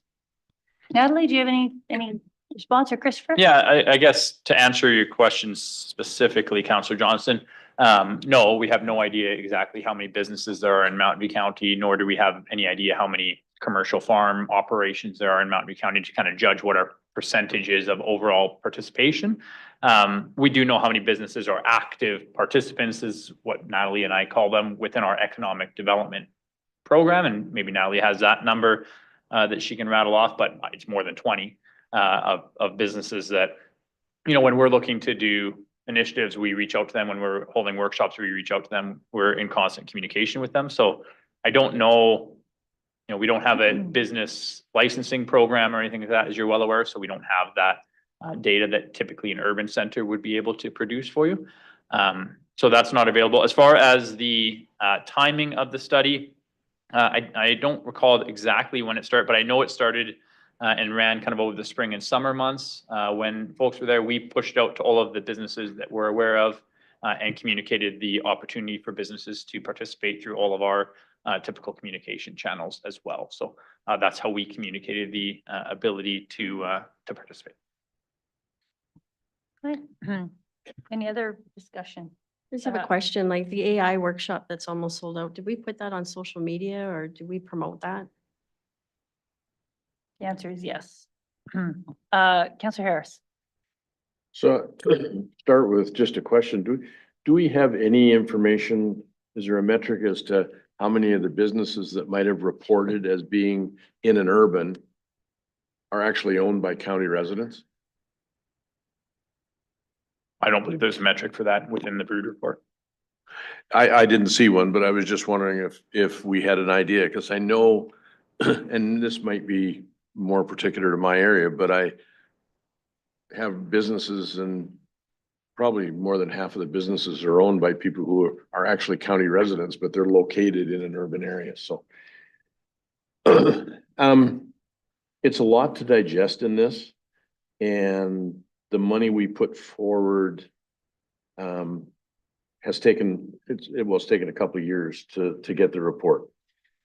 The short answer is I'm not sure if this is going to be worthwhile, but what I am sure of is I have the sense that we're bailing too soon. I think when there's more unanswered questions, it's for $10,000, it seems to be a small price to pay to let it go and get some more answers, see how, I mean, we know economic development has always been a struggle. Certainly the 8 years I've been here, it's always been a tough thing. We don't have a registry of businesses.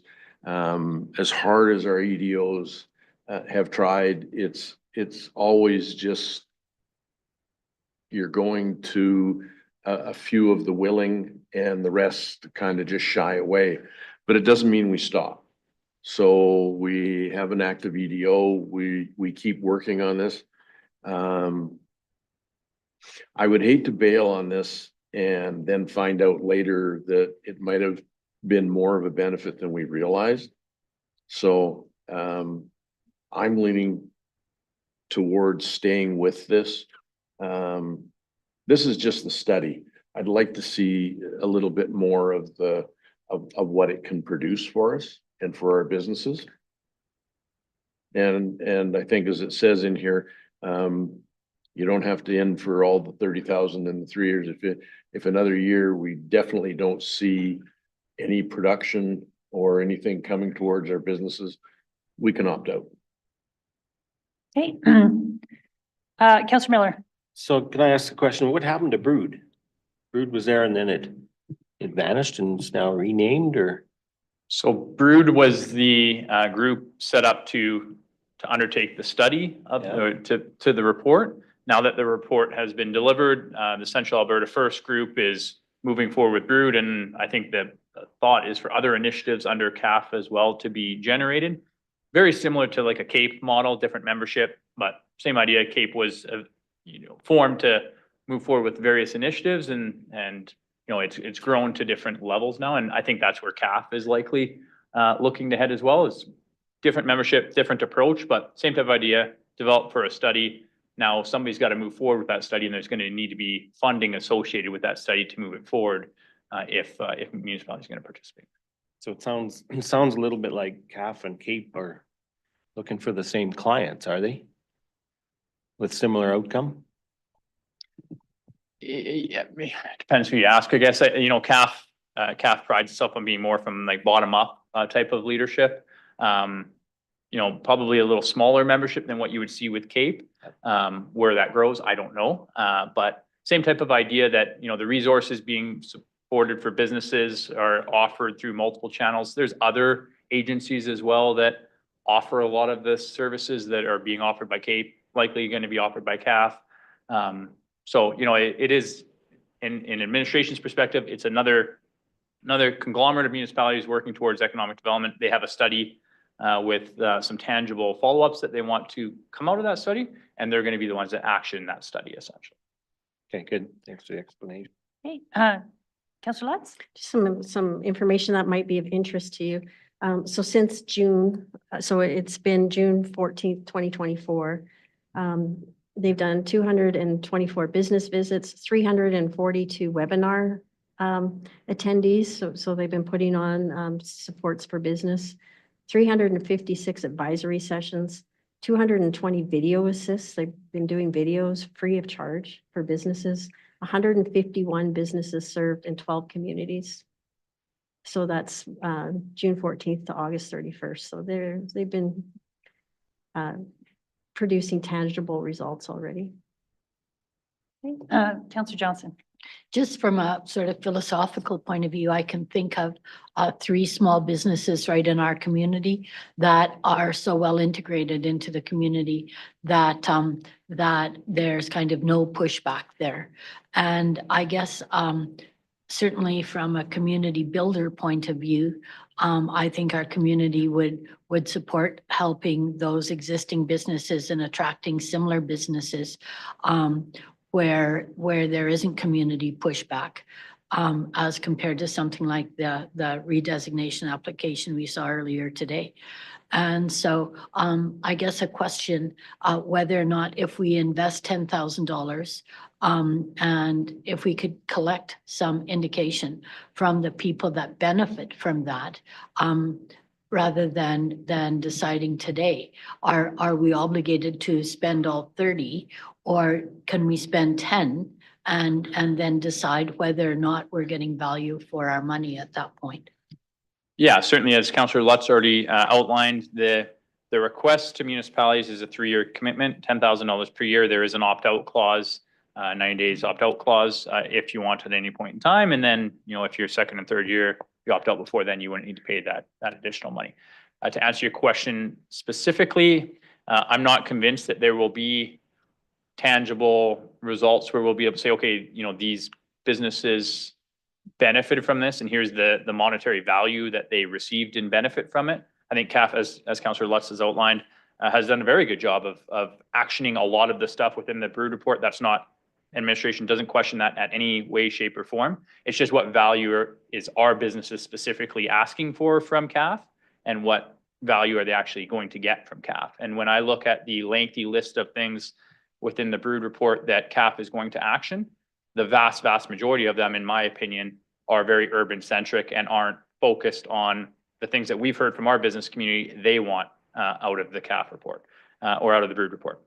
That's where the disconnect comes more so than administration's belief that CAF is going to do a great job. I think they are going to do a great job, and I think they will, be able to put forward all of these things, just as CAPE has put forward a lot of these initiatives. But when we look at the monetary returns to our county, $30,000 is a significant contribution, even if it's over a 3-year towards our economic development plan.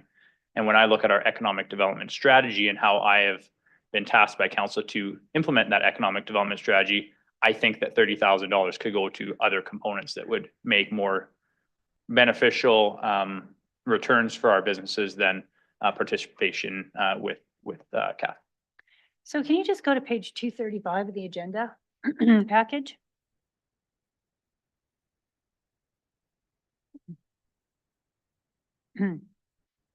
So one of the reasons that we did pull out of CAPE was that CAPE was extremely focused on the city of Red Deer. So it was really the Red Deer Regional Airport. It was more around the city things.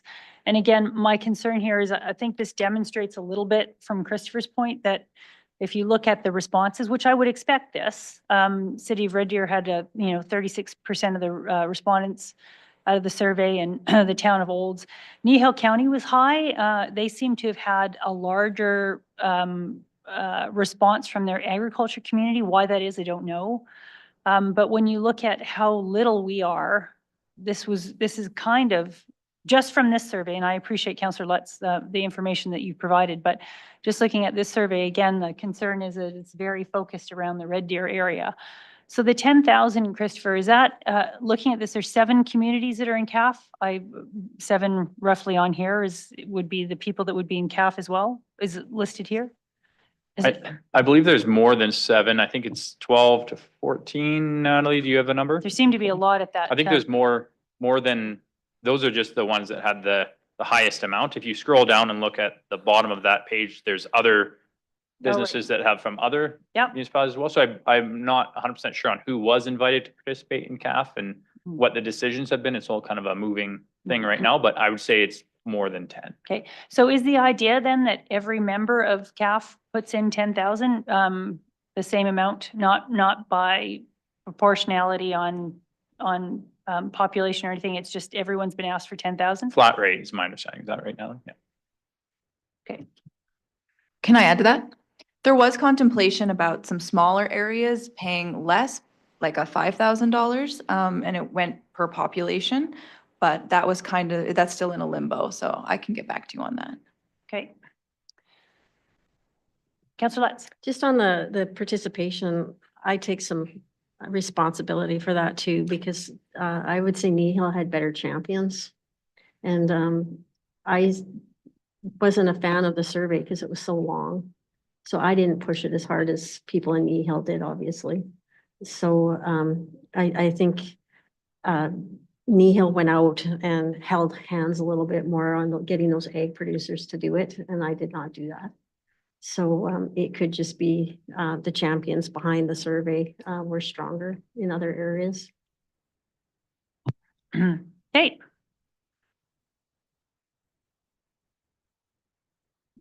Any other questions? Because we have a motion on the floor. Let's go back to the motion, Laura.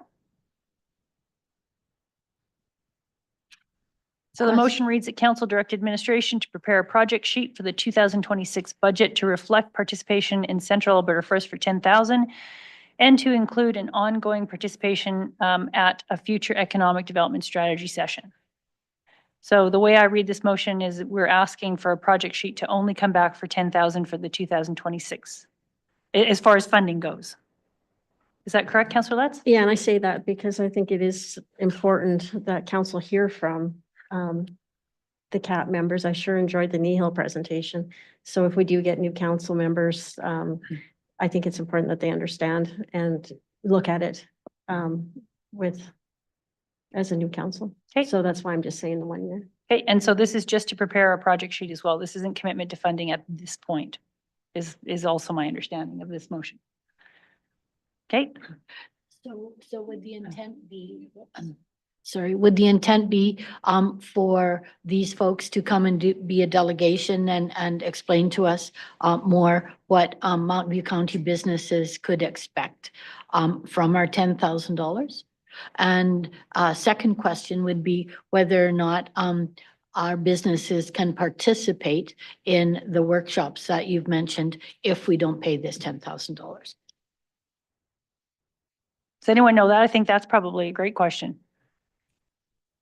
Natalie? Yeah. So the things like the AI workshop, that is open to everyone. It's ticket-based. Anybody, a county resident or an urban resident can absolutely purchase a ticket and go. And a lot of the other things that are created will be available to anyone in central Alberta, whether or not, Mountain View County is a participant or not. There are also a lot of other organizations that do mirror what CAF is doing. I will say CAF is very central Alberta focused, obviously with Central Alberta First. But there are also lots of provincial and federal kind of resources that mimic a lot of what they are also doing. But yes, to answer your question, county residents would be able to participate either way. Okay. Councillor Miller? So question, Natalie, you mentioned the tickets are purchase priced. So every one of these has a dollar amount attached to it when people want to sign up? Not everything. So there's 27 projects, I believe, came out of it, potential projects, I should say. And some of them, like the AA workshop, for example, was a scenario where it is being held at Olds College, and that is ticket-based, but not everything is ticket-based. Some of it is committees. It really kind of broke down everything that we thought or that was thought would help all the different areas. And some of them are committees, or I'd have to look through, like connecting organizations to colleges. Like there's a lot of different kind of things. So some of them would be ticket-based if it's an event-based thing, and some of them are not. They're just resources that are available to businesses, and that would be free, quote unquote, to the businesses. So can you give me an idea what the ticket cost would be for the AI one? I think it's $35 a ticket. $30. $30. Meant to cover lunch. Yeah. Okay. Okay, and so there any further discussion on this motion? Councillor Harris? Just one, and I think I like the idea that we can have a more full debate or discussion on this when it comes, if it comes as a project sheet. But included in that, I'd like to see what administration's idea is to do if we don't spend the money on CAF. What would they do with the 10,000? What plan? It's easy to say we can use it, but I think to weigh it properly, council needs to hear what particular plan they would have to use that $10,000 to meet some of these objectives. Okay, Christopher? Yeah, and maybe just further to that, I think, when we're looking, I think it's important for council to understand that our guiding document is that economic development strategy. So, until council changes the economic development strategy, and what our focus is going to be for economic development, anything that comes outside of that economic development strategy, we're not going to be ambitious about wanting to undertake because it isn't driving towards the accomplishment of that economic development strategy. I think even specifically within the economic development strategy, it says that we'll only participate in external agencies, external participation in these types of partnerships in the event that we can demonstrate that there's benefit to our individual residents. So we have a fairly strong document as to where council's vision is on that. If council wants us to be looking at AI workshops and stuff like that, absolutely, we can do all of those types of things internally as well to offer for our businesses. But that's not the focus that we have at this point in time, or the focus that we've heard from our business community at this point in time. And I think the greatest thing we heard out of the Brood study is that the two things that have been specifically highlighted for Mountain View County businesses are things that we're continuing to work on with those Mountain View County businesses, and we're putting a lot of dollars into that. So certainly if council wishes for us to identify an action list as to how we would spend $10,000 within the confines of the existing economic development strategy, we could certainly do that. But we wouldn't be looking at kind of expansion outside of that economic development strategy until council gives us that type of direction. Okay, fair enough. All right, so we have a motion on the floor. Any further discussion on the motion? No? Okay, I will call the question. All in favor? And opposed? And that motion's carried. Is there anything else? There was another discussion on, we need to accept the Brood report, I think. There's one more motion required.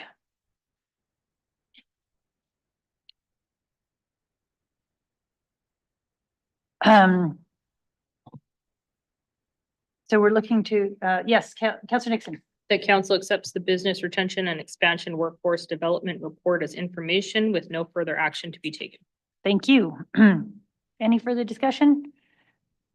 Is that counter to what we just agreed? I don't think so. Okay. That's a different one.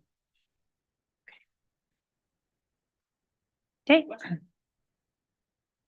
Does administration see that as any different? With no action to be, well,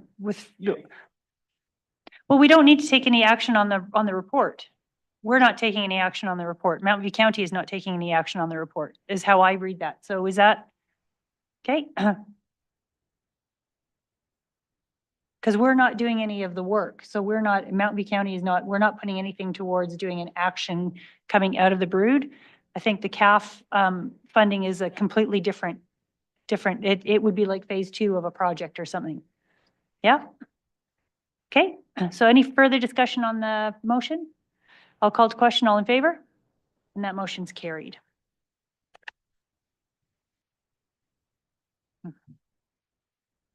Okay, 9.3, tax forgiveness. Jeff, please. Thank you, Or Reeve. Page Mike. 495, and Mike Krieger is going to take this item and provide council with background.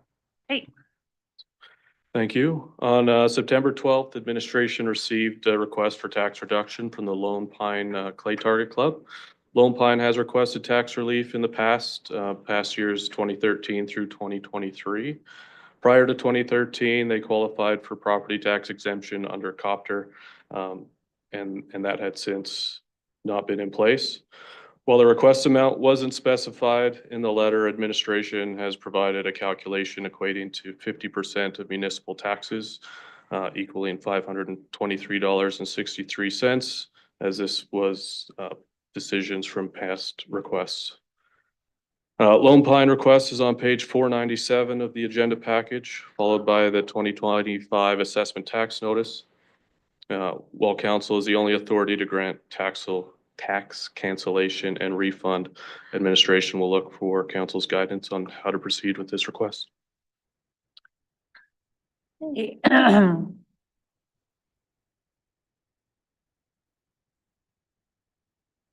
Council, any questions for Mike? Councillor Nixon. You mentioned that the community organization's property tax exemption regulations doesn't exist anymore. Is there not a replacement program for that? Copter does exist. There, the cancellation came from, they were exempt under council direction. And I think policy 1023 was passed in 2012, which excluded them from exemption. Does anybody remember why? Yeah. That policy captured a number of community groups. I think the general principle was, is it a general benefit to residents of the municipality, or was it just a benefit to that club? And so there was a lot of other organizations that were caught up in that as well when that policy framework changed 10 plus years ago. I know we've had some in Division 2 that council determined they had applied for exemption as a benefit to the community, but upon further investigation, it was determined that it was really just a benefit to club members and not to the general community around the facility. So that's kind of the history on it, and this item has been approved previously by council, and certainly, as Mike said, requests for tax forgiveness are solely at the discretion of council. So back to council. Councillor Harris. I guess a question for Christopher, and you may not have it. I can't recall when council sat as the rural community grant body. Does Lone Pine apply for any of our other grant programs and receive any funding? I can look it up quickly here.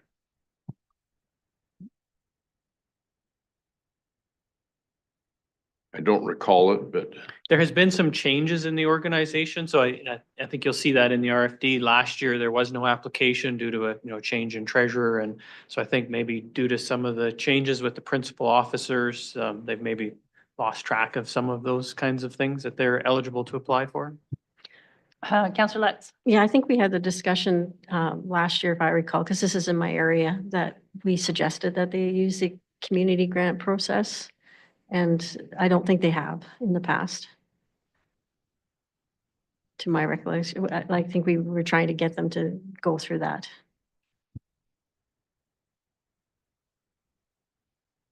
Hey, just wait for that information. Or is that necessary for council to make a decision? Okay.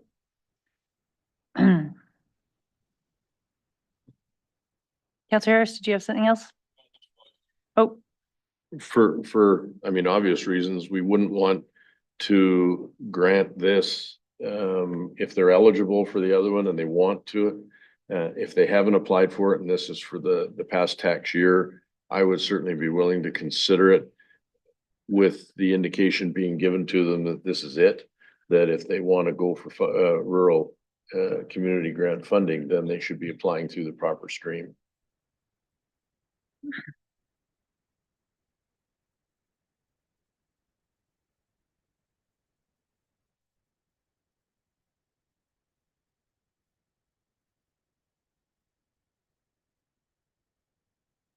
Your worship, I don't see anything from them for the rural community grant, only Lone Pine Hall Ag Society under the rural community hall grant, but nothing under the rural community grant.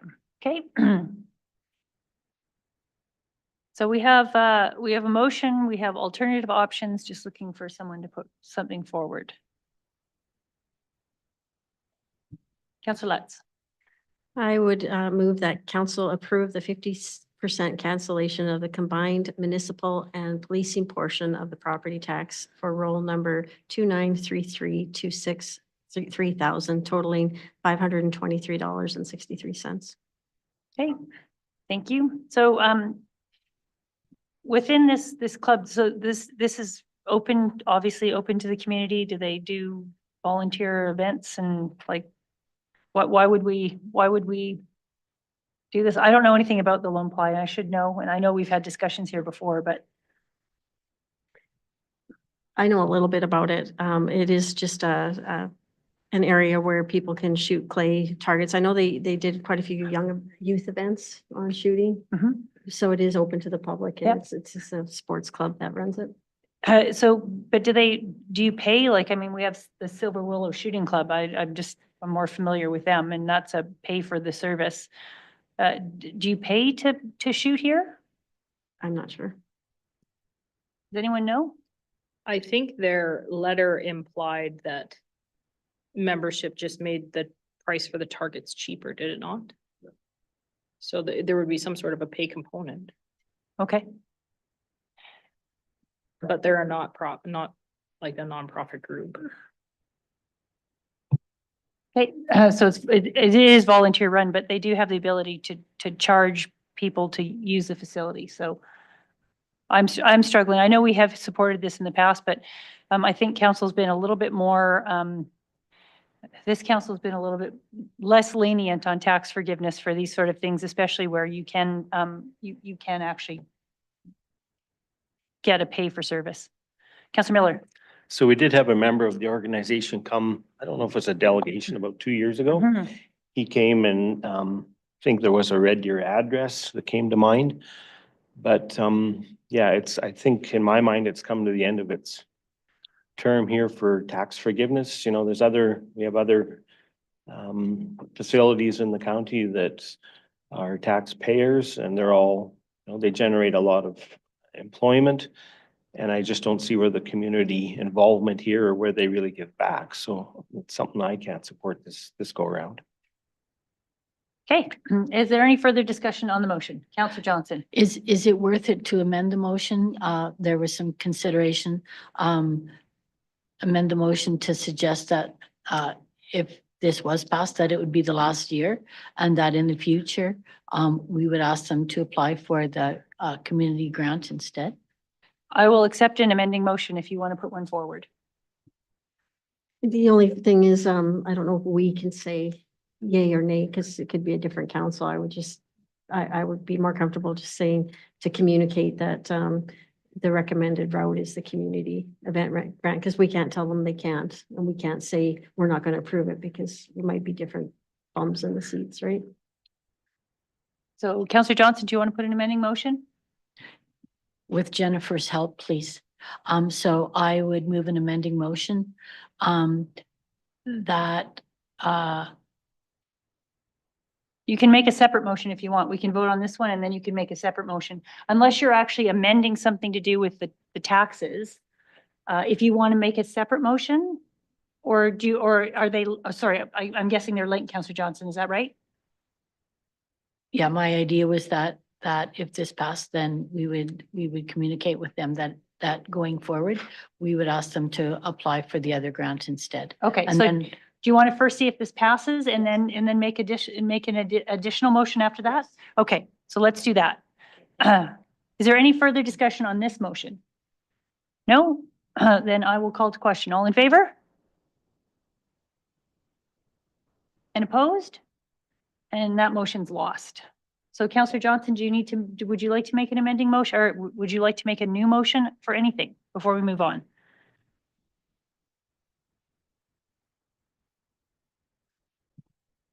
I'm assuming because it's lost that going forward, they will just apply for the grant. Okay. Because it looks like, yeah. Okay, so I don't think an additional motion is necessary. Thank you. Okay. So 9.4 will be in the closed session. Have I got that correct, Jeff? Okay. So we'll move on to 10.1, council reports and notices of motion. So we have 10.1 notice of motion regarding strategic planning session, and I believe this is Councillor Nixon. It is. So the intent behind this motion, you've all had a chance to read the background, so I won't just reread it. Was just to make sure that we are supporting and encouraging support of our local businesses, manufacturers and suppliers throughout the county, because the stronger that they are, the stronger our communities are. They provide employment opportunities. They supply revenue to the area, which then helps everybody in the community. So I think it's important that we have something in place that would encourage that to happen and allow for that to happen whenever possible. Okay. So would you like to put forward your motion, Councillor Nixon? Yeah, absolutely will. I would move that council include in the next strategic planning session options for the commitment to strengthening our local economy by supporting local businesses, manufacturers, and service providers whenever possible. Thank you. Discussion, Councillor Fulton. So before we get too far, could we ask Ryan to give us a highlight of how we procure some of our services, equipment, fuel, and, you know, some of that stuff on the operations side? And then I don't know who would answer, you know, how that goes through the Alberta purchasing connection and some of the other agreements that we have, and RMA, Sourcewell, stuff like that. I will start, Councillor Fulton, and then Ryan can fill in the more specifics about how we do some of our internal procurements. So there's federal and provincial trade law we have to comply with. So there's the free trade agreement, there's the Northwest Partnership Trade Agreement that require open procurement, free trade, which speaks contrary to supporting local procurement, which administratively we would like to locally procure as well, but there are certain limitations we have to be aware of. Our grant funding, things like STIP, the LGFF we get from the province, those require us to do open procurements and don't allow us to selectively pick local providers. It's specifically listed as a grant requirement. So there are challenges. I can maybe let Ryan speak a little more about how we use the Alberta Purchasing Connection and how the Sourcewell program through RMA kind of tick the boxes and meet the trade law requirements. So to the chair. when we're buying things for operationals and for the county, if it's anything below about $25,000, we'll purchase it. If we can find someplace local to purchase it. So that's like the parts we buy at RPM, Checker, those sort of businesses, the parts we buy from Hildebrand, all the local dealerships, we buy a lot of our parts as close as we can, just because it's a close vendor and we can get them pretty close. When we get above $25,000 to the $75,000, we get pre-written quotes. So we'll approach vendors, say, give us a quote for this. Can we get this done? When we get above the $75,000, we start getting into that, what Jeff talked about, those trade laws that we have to adhere to. So then we start getting into larger RFQs. Most likely when we get above the $75,000 threshold, we start interacting with Canoe a lot more, where Canoe has a lot of pre-done deals that have passed through legal for us to get stuff. So we're talking like our sign orders, we order them directly instead of ordering them from a local vendor. We order them usually from Alberta Traffic Supply via Canoe, via the pre-done contracts that they've done. So we start getting above that. We get into the $200,000 and above contracts, then we're starting to get into a different legal realm again, where we're going full tender for these things. We're going out, that those tenders go Canada wide. Anyone in Canada can bid on them if you're a registered company. So we're winding back to the local vendor one, like say, for example, one of the ones we buy a lot of is pickup trucks. Buy a lot of pickup trucks in the county. We're always buying pickup trucks.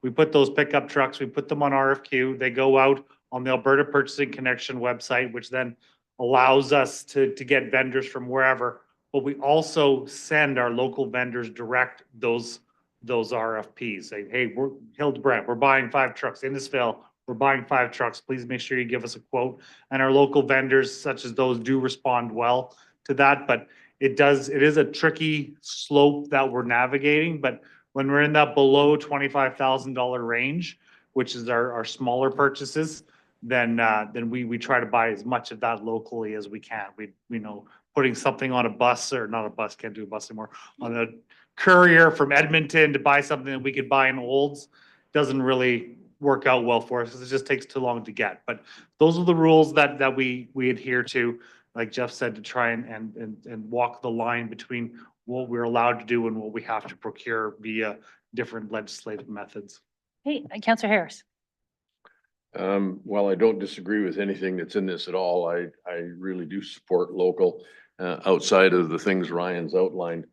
My problem is that I don't think it's appropriate for this council to tell the future council what they need to have in their strategic planning session. I think that's something that the last 2 councils have determined that after the election, because not knowing who's going to be seating at this table except for 2, I think that has to be left to the new council to decide what they want in their strategic planning session.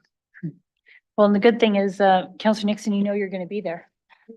So, yeah, I just always worry about this because I think our administration does do a really good job, but in some instances, local tends to be more expensive. And so I think that, you know, through the bidding process and whatever, we do get this in. Councillor Nixon, do you have any, is there anything that's been brought forward to your attention that maybe you want to discuss that more in closed session of where, if there's an issue that's brought this forward? I've been talking with a local business owner, and he just feels that the county never buys any of the things that he wants them to buy or that he supplies, and he thinks that supporting local is important. So he's just has talked to me quite a few times on a way to be able to get that to be, instead of just a thought where everybody says, yes, I like local, I support local, I encourage people to buy local, to just have something in our policies that says when possible, we should and could do this. So to have something a little bit more solid. And what would be the idea of when possible? Like, is that when it's cheaper, when it's like? I think that's going to vary from time to time. And so it would be up to operations or administration to determine when they are able to do, to buy from a local business and when it makes more sense. If it's cheaper, or the maintenance costs of repairing something, or if there's a problem is outweighs the the fact that you might get it for $1 less at a Red Deer, maybe you paid $1 more here, but if you need maintenance support or tech support, those people are able to come right away. It's each specific thing that they're gonna buy, under those thresholds that require other processes, are gonna have to be looked at. And so just to be mindful of that and to push towards that as much as we can. Okay. Councillor Miller. So just a little clarification, maybe Jeff can answer this. When we purchase through RMA or Canoe, we are also the owners of those businesses, correct? Like RMA? Correct. Mountain View County is a member of RMA and RMA owns that procurement corporation, so would receive dividends Like, if there are like a any. co-op, really, right? Yes. Okay, and one more Yes. comment? Yep. So I think Ryan has covered off the under $25,000, how that works. And, I don't know if we need documentation or a policy telling Ryan to do, how to do his job.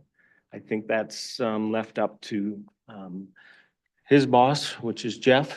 And I think if there's any direction that should come, for procurement, I would, just say, they use their best judgment. I'm sure they do because we've been around a long time. Okay, so if there's any further discussion on the motion, I'm going to call to question on the motion. All in favor? And opposed? And that motion's lost. Okay, we're on to council reports. I'll start with Councillor Harris, please. Since the last council meeting on the 11th was the Mountain View Senior Housing Foundation charity golf tournament.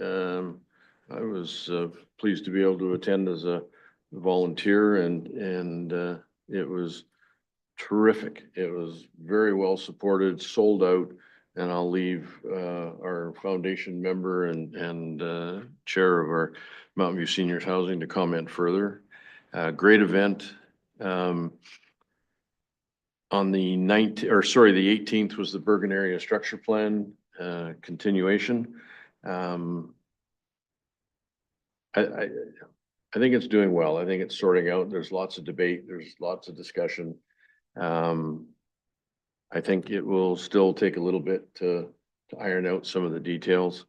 On the 19th, I chaired the CRMA Resolutions Committee. The committee approved the 2 submitted resolutions to move forward, and we'll see them on the 3rd of October at the general meeting.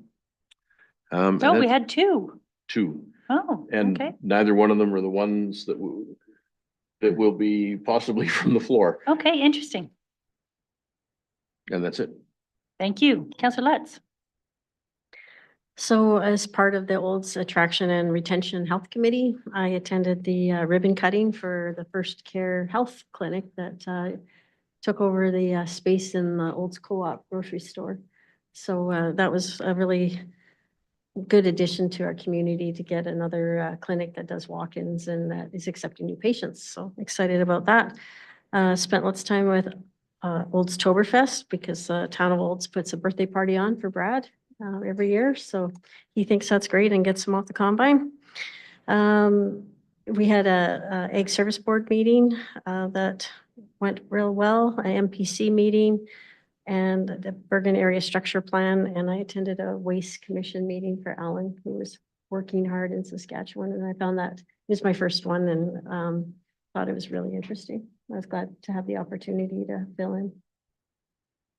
Thank you. Councillor Miller. So thank you, Jennifer, for attending the Waste Commission meeting. It's greatly appreciated to have a backup when we need, have another council member that makes way. So after our last meeting, which was the 11th, I was at the Mountain View Seniors Housing Foundation annual golf tournament. It was a great day. Like Greg said, it was totally sold out. And I think very well attended. And some of the supporters of the County of Mountain View, all of our urbans that came to the table, we really appreciate the continued support. And then we're already starting tomorrow, we're planning for next year's. So it's good to see that we have that support and that we can offer the extras to Mountain View Seniors Housing. Other than that, I had a couple concerns about road dust and road issues, which Ryan's handled very well. We had a compliment last night from one of the ratepayers about dust control that happened on the detour road for the Didsbury project. And so that went off really well. That's it. Thank you. Councillor Johnson. Thank you. I attended the Ag Service Board meeting and it was primarily information items. It was very smooth. I attended an Ag Service Board webinar entitled Improving the Resolution Process. It didn't actually include any information on how to write a more focused resolution. That's where I was hoping it would go. They did say that all the changes to the resolution process would have to be passed by the electorate at probably the upcoming conference in January. And so these won't be things that will be put into the process right away until after they're voted on. They did suggest that there was some kind of an online Ag Service Board, how to write a resolution, but they didn't send a link or anything to that. Not sure how that works. I attended the MPC meeting, the PAMS board meeting, which also included an Alberta Air Hub virtual engagement. The Alberta Air Hub would be a place where there would be air-related data. But it probably, they haven't decided yet, but it probably would not be available to the public. But I think that the expectation is that through the provincial government, the public would be expected to pay for it. So I'm not sure how that's going to work out. There was a Red Deer River Watershed Alliance virtual board meeting. There was a bit of ongoing discussion about how they could support some water well monitoring that I'm still talking about. So no decisions on that yet. Also, thanks to Ryan and his crew, there were, of course, a handful of road concerns, and they were really promptly and efficiently addressed. Certainly the long patching on Range Road 43, very well received. Thank you. Also, a recent phone discussion brought to our attention the whole idea that our newspaper that we put our information into, the Mountain View County Albertan, is no longer being included in people's mailboxes based perhaps on the idea that it's not addressed and that it has some advertising in it. Therefore, the post office has determined, somebody in the post office has determined that that it's not a public service document, that it's a different kind of document that they don't need to deliver. And because we have people that are not online and don't have information to all the good stuff that we put in the paper on a weekly basis, this is very problematic. My understanding is that our ratepayers can pay $40 for a subscription to the Albertan in order to still have it put in their mailbox. But where we're already using taxpayer dollars to pay for that, they are reluctant to pay the $40. So perhaps we could have a big discussion on that and either lobby for it to be put back in people's mailbox or communicate with Canada Post about how problematic this is. So that would be my request. Jeff. Yeah, maybe just a comment for council. It's my understanding from news media reports that it's part of the strike debate between the Canada Post workers and Canada Post, and they, for whatever reason, have temporarily, as a strike measure or response to the strike, however that works, has decided not to deliver unaddressed mail. So I don't think it's a organizational policy shift at this point. It's a temporary response to the labor dispute. Okay, Councillor Harris. Yeah, I can confirm that Oh, sorry, your light, oh, there it is. I spoke with the postmistress in Cremona who verified it's a job action. It's nothing to do with the corporation, Canada Post. It's just a job action by the employees. Okay, Councillor Johnson? So do we have any idea how long this temporary problem is going to exist? I think strikes are just strikes and job actions are just job actions, so I don't think anyone knows. So perhaps it's worth it to feed back to your residents if they want the Albertan, then they're gonna have to pay for it in the interim and maybe sign up so it comes to a postal address or purchase it in town. Because I think you can purchase the Alberta at almost every grocery store, can you not? They're free. There you go. Okay, so yeah, but yeah, okay. I don't know if there's, just looking, Jeff, I don't think there's anything we can do. We could send a letter to Canada Post, but I'm guessing it's not gonna do anything. Okay, thank you. Okay, Councillor Nixon. Since the last council meeting, I attended the Bergen Community Hall Association monthly meeting, so that was well. It went well. It's the first meeting after the summer break, so there was lots to talk about there.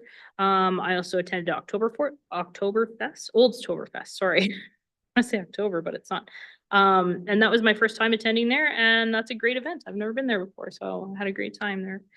MPC meeting, the Bergen ASP meeting, I agree, we're making progress. It's a bit of a long road, but we want to make sure that we get it right before we go back to the public for further consultation and thoughts on what the steering committee interpreted from the first open house. I also attended the Wild Art exhibit at the Olds Museum Art Gallery, and that was featuring art from that was inspired by a group of artists who visited Kettle Crossing Farms in Bergen, as well as other works from that same group of artists. The exhibit is on display until September 27th, so anybody who hasn't had a chance to go and see it can. There's opportunities to purchase some of the artwork if you like it. And then other than that, it's just helping residences, some with land use options, some with other concerns, and of course, road concerns. Thank you. Councillor Fulton. Yeah, so back to the 11th, Mountain View Seniors House Golf Tournament.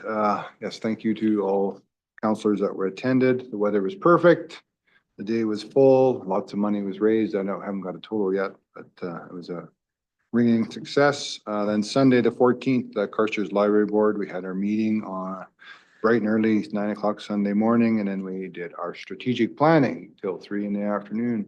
So working on the plan of service for the next 5 years. So that was kind of an exhausting day, and we'll see how all the planning comes together. The 15th Ag Service Board, not too much. We had an Alice National Program update from Christine Campbell, just going over all the stats for across Canada. And then we had our Ag Service Board grant application that we reviewed for information, and the Ag Service Board resolution report card, which we went through all those. So other than that, there wasn't a whole lot on that agenda. And then the 18th, I ran down to Cochrane to the ranch house for FCM was having their executive meetings there, and I was able to pop in for the luncheon meeting that they had.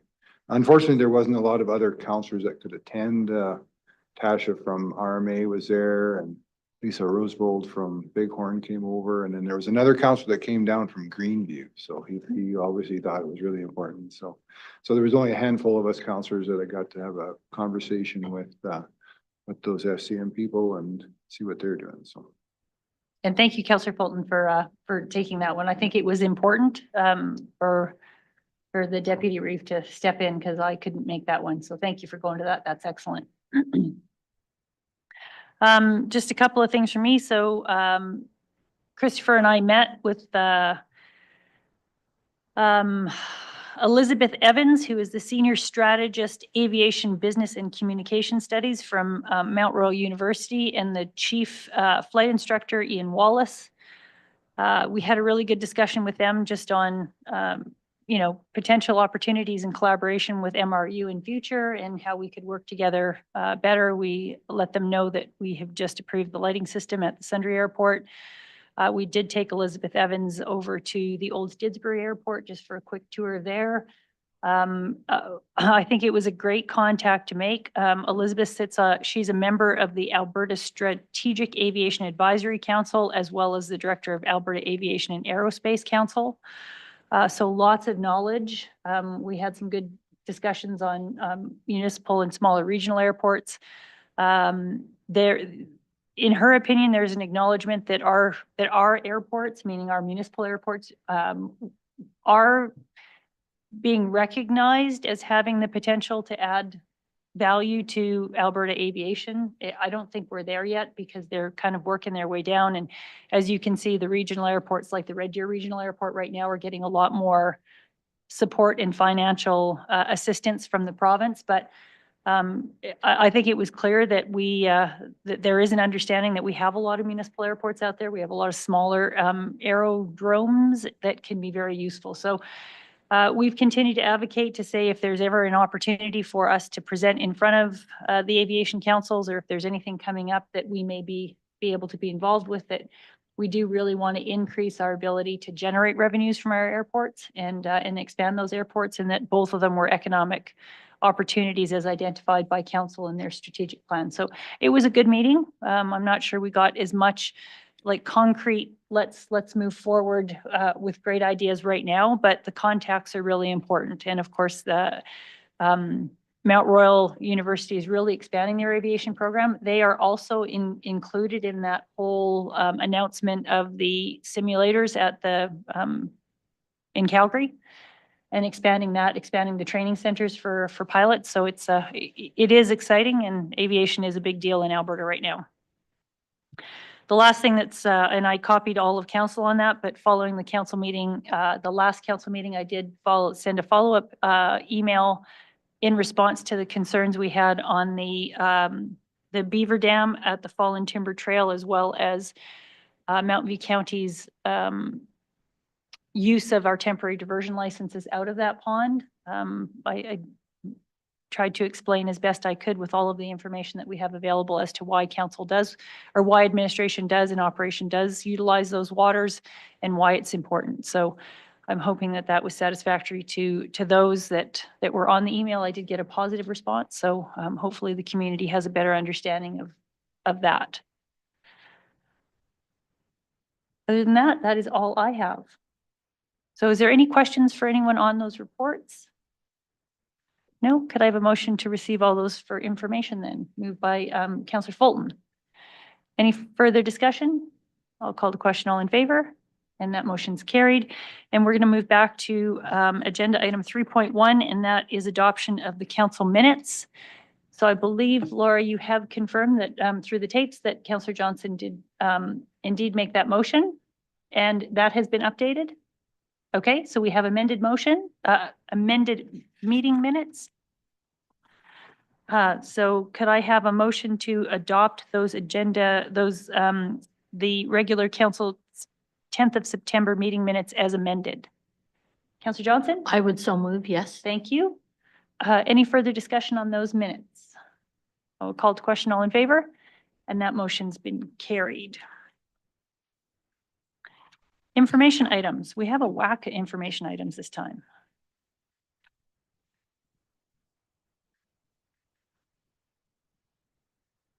To those. Oh, I'm on the wrong agenda. We only have, oh no, wait a minute, I am on the wrong agenda. Oh boy.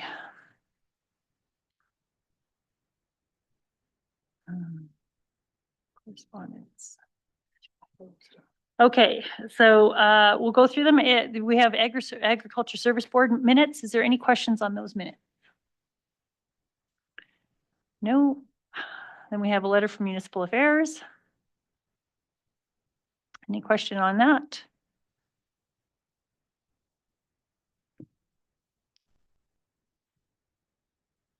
Really, that's not going to really take off, Jeff, until after the election, right? Because after the election is when they're going to put their VRSGs in place.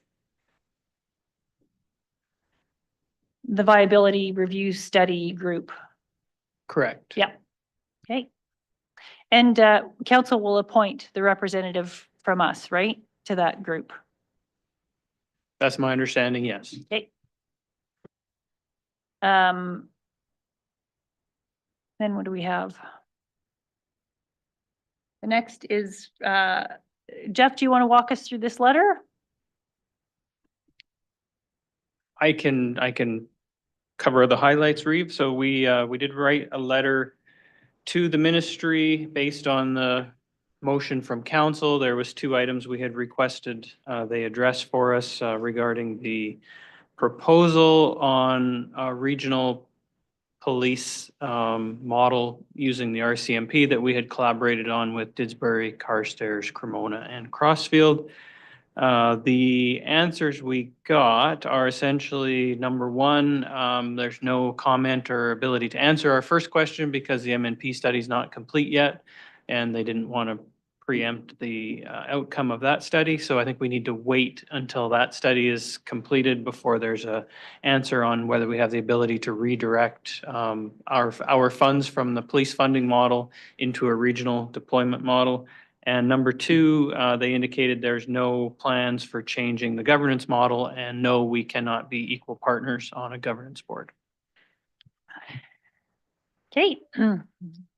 Moving on to the next one is the response letter that we sent regarding the grant that forestry puts out. This was for the trails.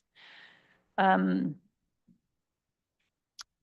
our input has been submitted to improve. Yes, The and grant process. administratively, legislative services will follow up with Brad Jones on following up the conversation as directed by the minister. Perfect. And then we have a couple of contact newsletters. We have the EDAC minutes. Jen, is there anything you want to point out or highlight in the EDAC minutes? I think we had a pretty robust discussion already. Okay. Excellent. And so that is it for the information items. Is there any questions on the information items? No, then could I get a motion to accept those? Councillor Harris? Move the recommendation. Thank you. Any further discussion? I'll call to question. All in favor? And that motion's carried. Okay, so I believe that takes us to the end of our open session agenda item. So I will take a motion to go into closed session, please. Moved by Councillor Lutz. Call to question. All in favor? That motion's carried. Council has now moved into the closed session, which will end the public broadcast. Any motions made following the in-camera session will be captured within council's meeting minutes, which can be found on the county's website within the next few days. Thank you for tuning in. And we'll give Laura a couple of minutes to get everything shut down.